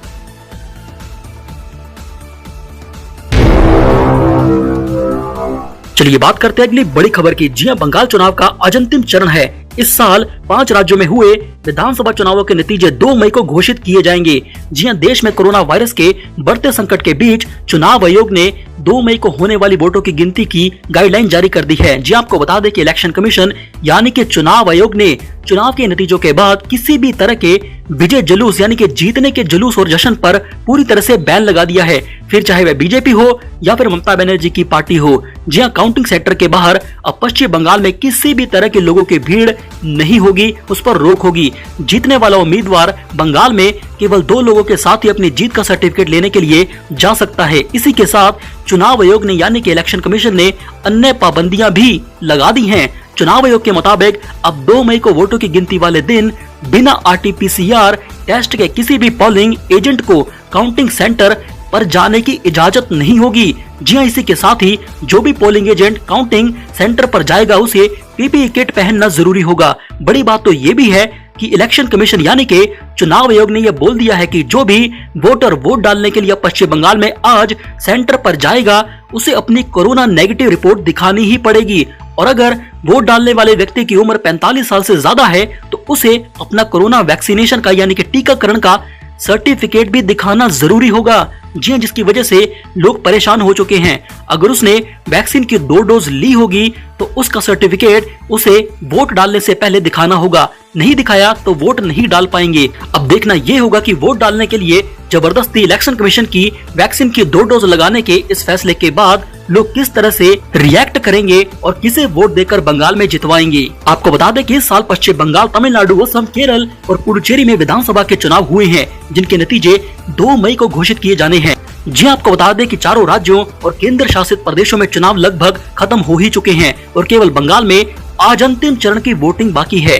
जी हां, भारत में कोरोना का संकट बड़ी तेजी से बढ़ता जा रहा है और ऐसे में चुनावी रैलियों में उमड़ी लाखों की भीड़ पर लगातार सवाल भी खड़े किए जा चुके हैं। इसी को देखते हुए चुनाव आयोग ने 2 मई को लेकर अहम फैसले ले लिए हैं, जिसकी वजह से लोग वोट डालने के लिए घबरा भी सकते हैं, क्योंकि उन्हें अब वोट डालने से पहले टीके लगाने का सर्टिफिकेट ही दिखाना पड़ेगा, नहीं तो वो वोट नहीं डाल पाएंगे, या तो अपनी नेगेटिव रिपोर्ट उन्हें दिखानी पड़ेगी। चुनाव आयोग के इस फैसले पर हमें अपनी राय जरूर दें।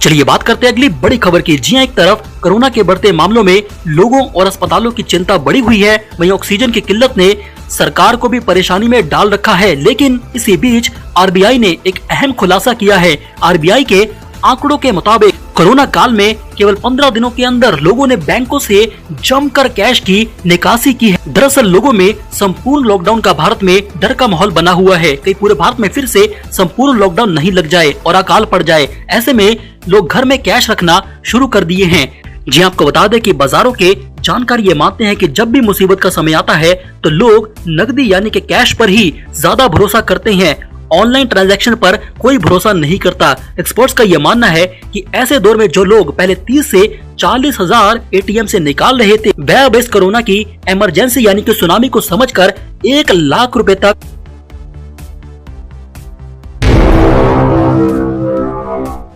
चलिए बात करते हैं अगली बड़ी खबर की। जी हां, पूरे भारत में कोरोना वायरस का संक्रमण इतनी तेजी से फैलने लगा है कि कोरोना टेस्ट करवाने वाला भारत में हर 5वां शख्स कोरोना पॉजिटिव निकलने लगा है। जी हां, जो चिंता की बात है, भारतीय आयुर्विज्ञान अनुसंधान परिषद यानी कि ICMR स्वास्थ्य मंत्रालय की तरफ से जो आंकड़े जारी हुए हैं, उनके अनुसार देश में कोरोना पॉजिटिविटी दर लगभग 21% को क्रॉस कर चुकी है। आपको बता दें कि ICMR के अनुसार पिछले 24 घंटों के दौरान देश भर में 17,23,912 कोरोना टेस्ट किए गए हैं और इन टेस्ट के बाद 3,60,960 लोग कोरोना पॉजिटिव निकले हैं। 21% पॉजिटिविटी रेट है। जी हां, देश में कभी भी एक दिन में कोरोना वायरस के इतने ज्यादा मामले आए ही नहीं थे, ये सुनामी आ चुकी है। स्वास्थ्य मंत्रालय के अनुसार पिछले 24 घंटों के दौरान देश में कोरोना की वजह से रिकॉर्ड 3,292 लोगों की जान गई है। अब तक ये वायरस देश में 2 लाख से ज्यादा लोगों की जान भी ले चुका है। जी हां, देश भर में कोरोना की वजह से महाराष्ट्र में सबसे ज्यादा मौतें हुई हैं, उसके बाद दिल्ली में, फिर दिल्ली के बाद कर्नाटक में। हालांकि कुछ राहत देने वाली बात तो ये भी है कि कोरोना से रिकवरी का रेट भी पूरे भारत में पूरी दुनिया के मुकाबले कहीं ज्यादा है। चलिए बात करते हैं अगली बड़ी खबर की। जी हां, कोरोना वायरस के बढ़ते मामलों के चलते गोवा ने अभी गोवा में संपूर्ण लॉकडाउन ही लगाने का फैसला ले लिया है। जी हां, गोवा के मुख्यमंत्री प्रमोद सावंत ने इसकी घोषणा कर दी है। उन्होंने ये बोला कि गोवा में आज शाम 7 बजे से लेकर 3 मई सुबह तक संपूर्ण लॉकडाउन गोवा में रहेगा। इस दौरान आवश्यक सेवाओं और औद्योगिक गतिविधियों को छोड़कर सब कुछ गोवा में बंद रहेगा, सब दुकानें बंद रहेंगी, पूरा वीरान हो जाएगा गोवा। लॉकडाउन में आवश्यक सेवाओं को ही अनुमति रहेगी और मेडिकल इमरजेंसी को ही अनुमति रहेगी। आपको बता दें कि गोवा में इस संपूर्ण लॉकडाउन के दौरान सार्वजनिक परिवहन को बंद कर दिया गया है। किसी को भी गोवा में अब घर से बाहर निकलने की मनाही रहेगी, सब घरों में दुबके रहेंगे। इसके साथ ही कैसीनो, होटल, पब भी गोवा में पूरी तरीके से बंद रहेंगे, जबकि रेस्टोरेंट को केवल होम डिलीवरी देने की अनुमति होगी। आपको बता दें कि गोवा के मुख्यमंत्री ने अभी ये बोला है कि अगर लोग अगले 4 दिनों के लिए घर से बाहर कदम नहीं रखते हैं गोवा में, तो हम गोवा में कोरोना संक्रमण की चेन तोड़ने में सफल हो जाएंगे। वही आशंका जताई जा रही है कि जिस तरह से कोरोना की सुनामी भारत में आई है, उसे देखते हुए अब पूरे भारत में संपूर्ण लॉकडाउन लगने का खतरा मंडराने लगा है, जिससे लोग परेशान हो चुके हैं, जिससे भारत की जीडीपी भी यानी कि अर्थव्यवस्था पूरी तरह से बर्बाद हो सकती है। चलिए बात करते हैं अगली बड़ी खबर की। जी हां, कोरोना संकट को लेकर दिल्ली हाई कोर्ट ने एक बार फिर से सख्त टिप्पणी की है सरकारों के ऊपर। जी हां, कोर्ट ने आज ये बोला है कि ऐसा प्रतीत होता है कि केंद्र की मोदी सरकार ये चाहती है कि भारत में लोग कोरोना से मरते रहें और कोरोना वायरस के उपचार में रेमडेसिविर के इस्तेमाल को लेकर नए प्रोटोकॉल के मुताबिक केवल ऑक्सीजन पर आश्रित मरीजों को ही यह रेमडेसिविर इंजेक्शन की दवा दी जा सकती है। दूसरों को रेमडेसिविर इंजेक्शन की दवा नहीं दी जाएगी। अब जी हां, न्यायमूर्ति प्रतिभा एम सिंह ने केंद्र की मोदी सरकार से ये बोला कि ये बिल्कुल गलत बात है मोदी सरकार की। ऐसा लगता है कि दिमाग का बिल्कुल भी इस्तेमाल केंद्र की मोदी सरकार ने नहीं किया है। अब जिनके पास ऑक्सीजन की सुविधा नहीं है, कोरोना मरीजों को उन्हें रेमडेसिविर दवा नहीं मिलेगी। ऐसा प्रतीत होता है कि मोदी सरकार ये चाहती है कि भारत में लोग कोरोना से मरते रहें। जी हाई कोर्ट ने ये बोला कि केंद्र की मोदी सरकार ने रेमडेसिविर इंजेक्शन की कमी की भरपाई के लिए जानबूझकर ये प्रोटोकॉल ही बदल दिया है। अदालत ने ये बोला कि ये सरासर मोदी सरकार का कुप्रबंधन है। आपको बता दें कि इससे पहले भी दिल्ली हाई कोर्ट ने ऑक्सीजन की कमी को लेकर सुनवाई करते हुए दिल्ली की केजरीवाल सरकार पर सख्त टिप्पणियां की थी। कोर्ट ने फटकार लगाते हुए केजरीवाल सरकार से ये बोला था कि ऐसा लगता है कि आपका सिस्टम पूरी तरह से फेल हो चुका है और आपको मोदी सरकार को ये सिस्टम दे देना चाहिए। गौरतलब है कि पिछले बीते दिनों सुप्रीम कोर्ट से लेकर देश के हाई कोर्ट ने कोरोना के बढ़ते मामलों सुनामी को लेकर मोदी सरकार और केजरीवाल सरकार को कोरोना प्रोटोकॉल के पालन, ऑक्सीजन की कमी, रेमडेसिविर इंजेक्शन की कालाबाजारी को लेकर कड़ी टिप्पणियां की थी। कोर्ट ने किसी को नहीं छोड़ा है, ना ही मोदी जी को, ना ही केजरीवाल को। चलिए बात करते हैं अगली बड़ी खबर की। जी हां, पूरे भारत में कोरोना वायरस की महामारी के बीच ऑक्सीजन की भारी किल्लत तो है। इसी को देखते हुए अब केंद्र की मोदी सरकार ने पीएम केयर फंड से 1 लाख, जी हां पूरे 1 लाख पोर्टेबल ऑक्सीजन कंटेनर्स खरीदने की मंजूरी दे दी है। पीएम केयर फंड से इतने बड़े अमाउंट का देना यह दर्शाता है कि मोदी सरकार ने उन लोगों के मुंह पर एक करारा तमाचा मारा है जो मोदी सरकार के पीएम केयर फंड के खिलाफ आवाज उठाते हैं और ये बोलते हैं कि ये एक बड़ा घोटाला है। पीएम मोदी की अध्यक्षता में हुई एक उच्च स्तरीय बैठक में ये बड़ा फैसला लिया गया है। आपको बता दें कि कोरोना प्रबंधन के लिए लिक्विड मेडिकल ऑक्सीजन आपूर्ति में सुधार के लिए पीएम मोदी की अध्यक्षता में एक बैठक हुई थी हाई लेवल की।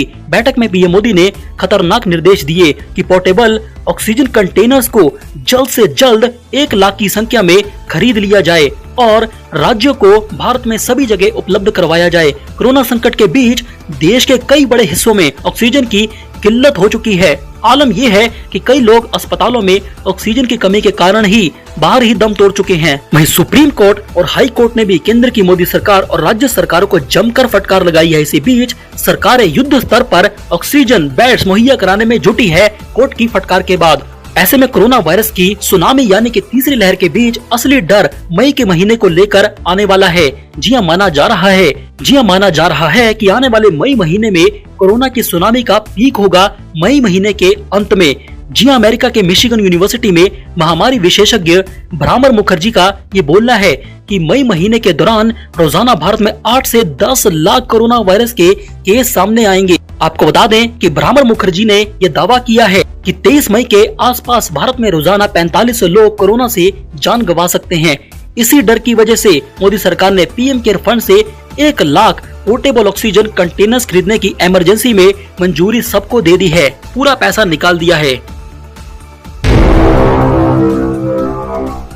चलिए बात करते हैं अगली बड़ी खबर की। जी हां, कोरोना महामारी के चलते सारी व्यवस्थाएं भारत में ठप हो चुकी है। इसका असर एलपीजी गैस सिलेंडर की डिलीवरी पर भी नजर आने लगा है। जी हां, दरअसल 20% से ज्यादा डिलीवरी मैन, गैस डिलीवर करने वाले लोग कोरोना वायरस से संक्रमित होने से वेटिंग पीरियड काफी ज्यादा लोगों में गैस के लिए बढ़ गया है। ऐसे में रसोई गैस की डिलीवरी के लिए उपभोक्ताओं को लंबा इंतजार करना पड़ेगा। रिपोर्ट्स के मुताबिक एलपीजी गैस सिलेंडर की डिलीवरी वेटिंग 1 दिन से बढ़कर 3 दिन तक पहुंच गई है। आमतौर पर गैस बुकिंग के अगले दिन डिलीवरी मिल जाती थी, लेकिन मैन पावर कम होने की वजह से डिलीवरी का गैस का काम प्रभावित हो चुका है। कंटेनमेंट जोन और कोरोना प्रभावित इलाकों में गैस की डिलीवरी की ज्यादा दिक्कत आ रही है।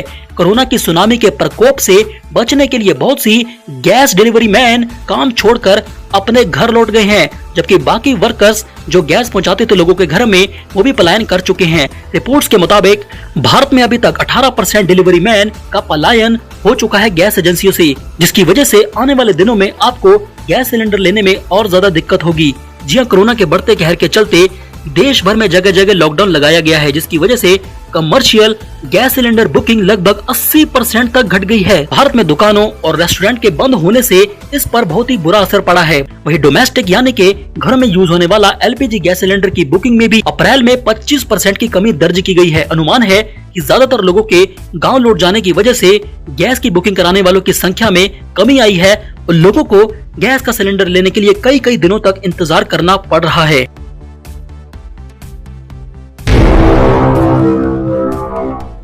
इस समय की सबसे बड़ी ब्रेकिंग न्यूज जी मुसलमानों के लिए आई। इस समय की सबसे बुरी खबर जी श्रीलंका में अभी सार्वजनिक स्थलों पर यानी कि पब्लिक प्लेसेस पर मुसलमानों के बुर्का और नकाब पहनने पर श्रीलंका की सरकार ने प्रतिबंध लगा दिया है। श्रीलंका की राष्ट्रीय सुरक्षा के लिए खतरा बताया जा रहा है। जी हां, ये फैसला श्रीलंका की सरकार ने इसलिए लिया क्योंकि श्रीलंका में ईस्टर संडे वाले दिन वहां की चर्च और होटलों पर एक के बाद एक कई आतंकी विस्फोट हुए, जिसमें कई 100 लोगों के मारे जाने की खबर सामने आई थी। इस हमले में 250 से ज्यादा लोग मारे गए थे। आपको बता दें कि श्रीलंका ने यह बोला है कि मुसलमान औरतों के सभी तरह के नकाब श्रीलंका की राष्ट्रीय सुरक्षा के लिए बड़ा खतरा है और बुर्का भी बड़ा खतरा है। इसी तरह से इसमें सभी तरह के बुर्के और नकाब शामिल हो जाएंगे इस कानून के तहत। जी इस प्रस्ताव को अब कानून बनाने के लिए इसे श्रीलंका की संसद में पेश कर दिया गया है और वहां से अभी यह पास हो जाएगा। वहीं बड़ी खबर तो यह है कि श्रीलंका द्वारा बुर्का और नकाब बैन किए जाने के बाद पाकिस्तान को फिर से मिर्ची लग गई है। जी पाकिस्तान ने यह बोला है कि श्रीलंका में बुर्का और नकाब पर प्रतिबंध से दुनिया भर के मुसलमानों की भावनाओं को चोट पहुंची है। श्रीलंका में बुर्के पर प्रतिबंध लगाना एक विभाजनकारी कदम है श्रीलंका का और श्रीलंका में माइनॉरिटी के मौलिक अधिकारों को भी खतरा पैदा होगा श्रीलंका में मुसलमानों के लिए। आपको बता दें कि दुनिया के बड़े बड़े देश अब आने वाले इस खतरे को पहचान चुके हैं और अपने देश की राष्ट्रीय सुरक्षा के लिए बुर्का नकाब वगैरह बैन करके जिहादियों पर कड़ी कार्रवाई कर रही है, फिर चाहे वो फ्रांस हो, स्विट्जरलैंड हो या फिर अब श्रीलंका हो। अगर आपको ये लगता है कि भारत को भी श्रीलंका फ्रांस की तरह बुर्का बैन करने के लिए विचार करना चाहिए तो इस वीडियो को लाइक जरूर करें।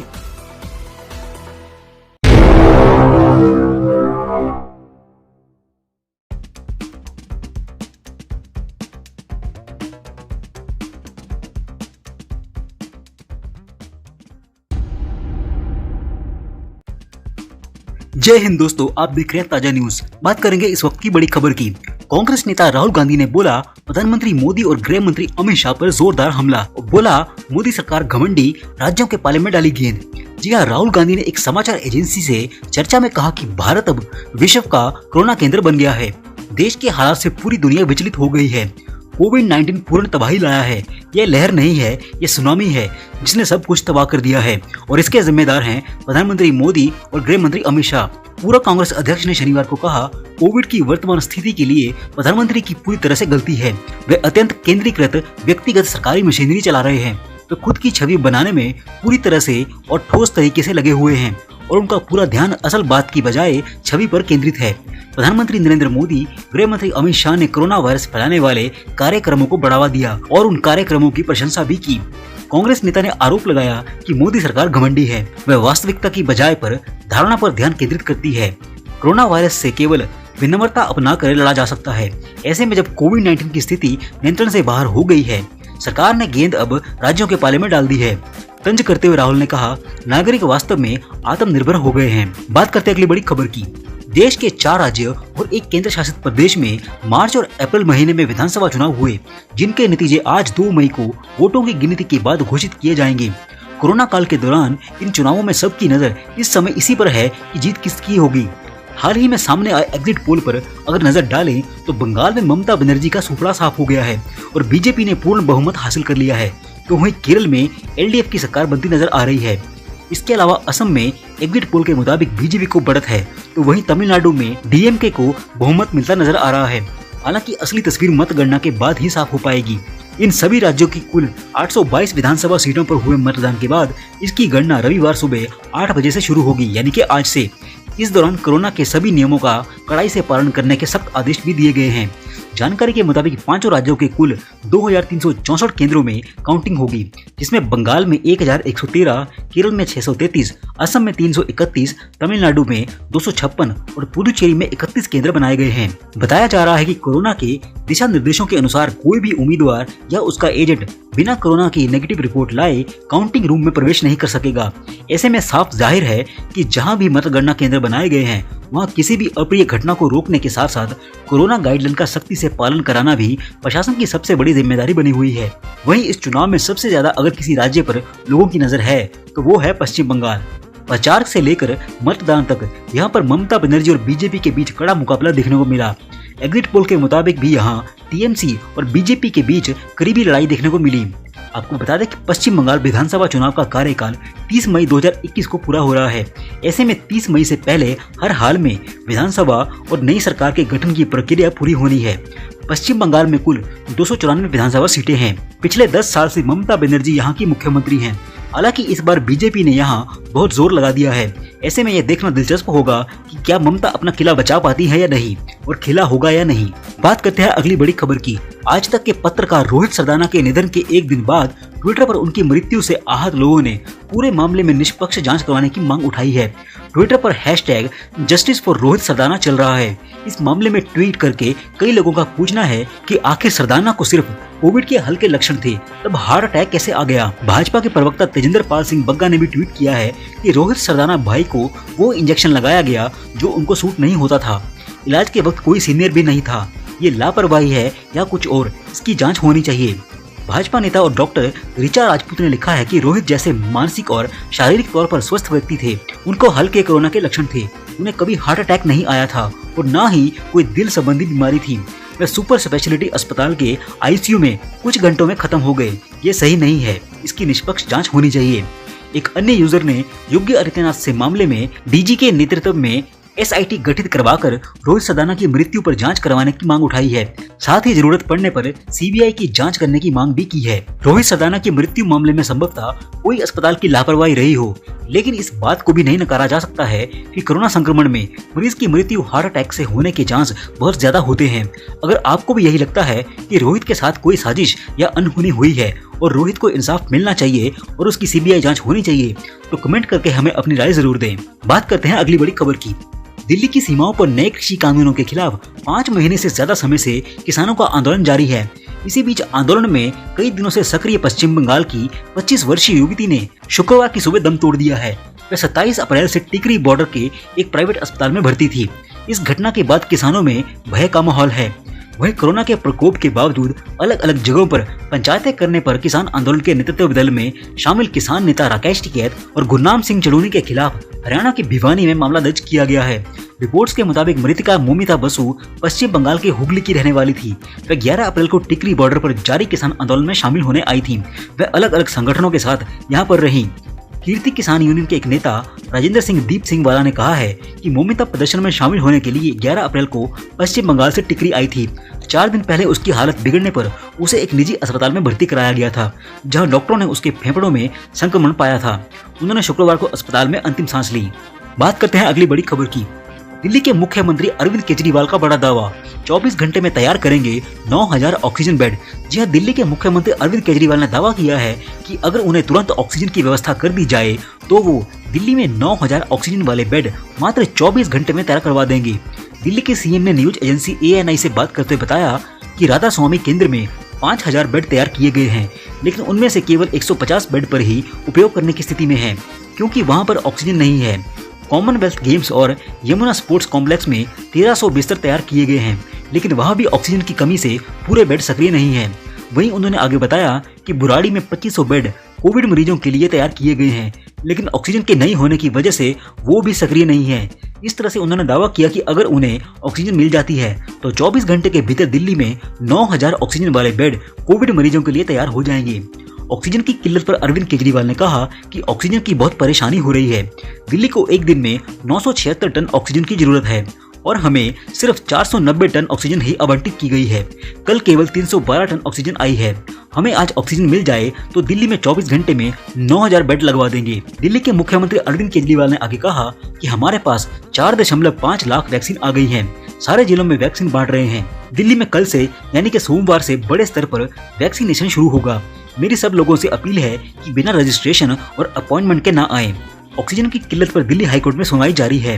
हाईकोर्ट ने दिल्ली सरकार से पूछा है कि संकट के इस वक्त में आर्मी की सहायता लेने से गुरेज क्यों है। हाईकोर्ट के सवाल पर दिल्ली सरकार की तरफ से जवाब दिया गया है। दिल्ली सरकार के वकील ने कहा है कि हम हर उससे मदद लेंगे जो सहायता कर सकते हैं। कोरोना संकट पर दिल्ली हाई कोर्ट ने सुनवाई के दौरान कहा कि दिल्ली में इस वक्त कोरोना से हालात लगातार बिगड़ रहे हैं। ऐसे में बेहतर है कि दिल्ली सरकार इस संकट से निपटने में आर्मी की मदद ले।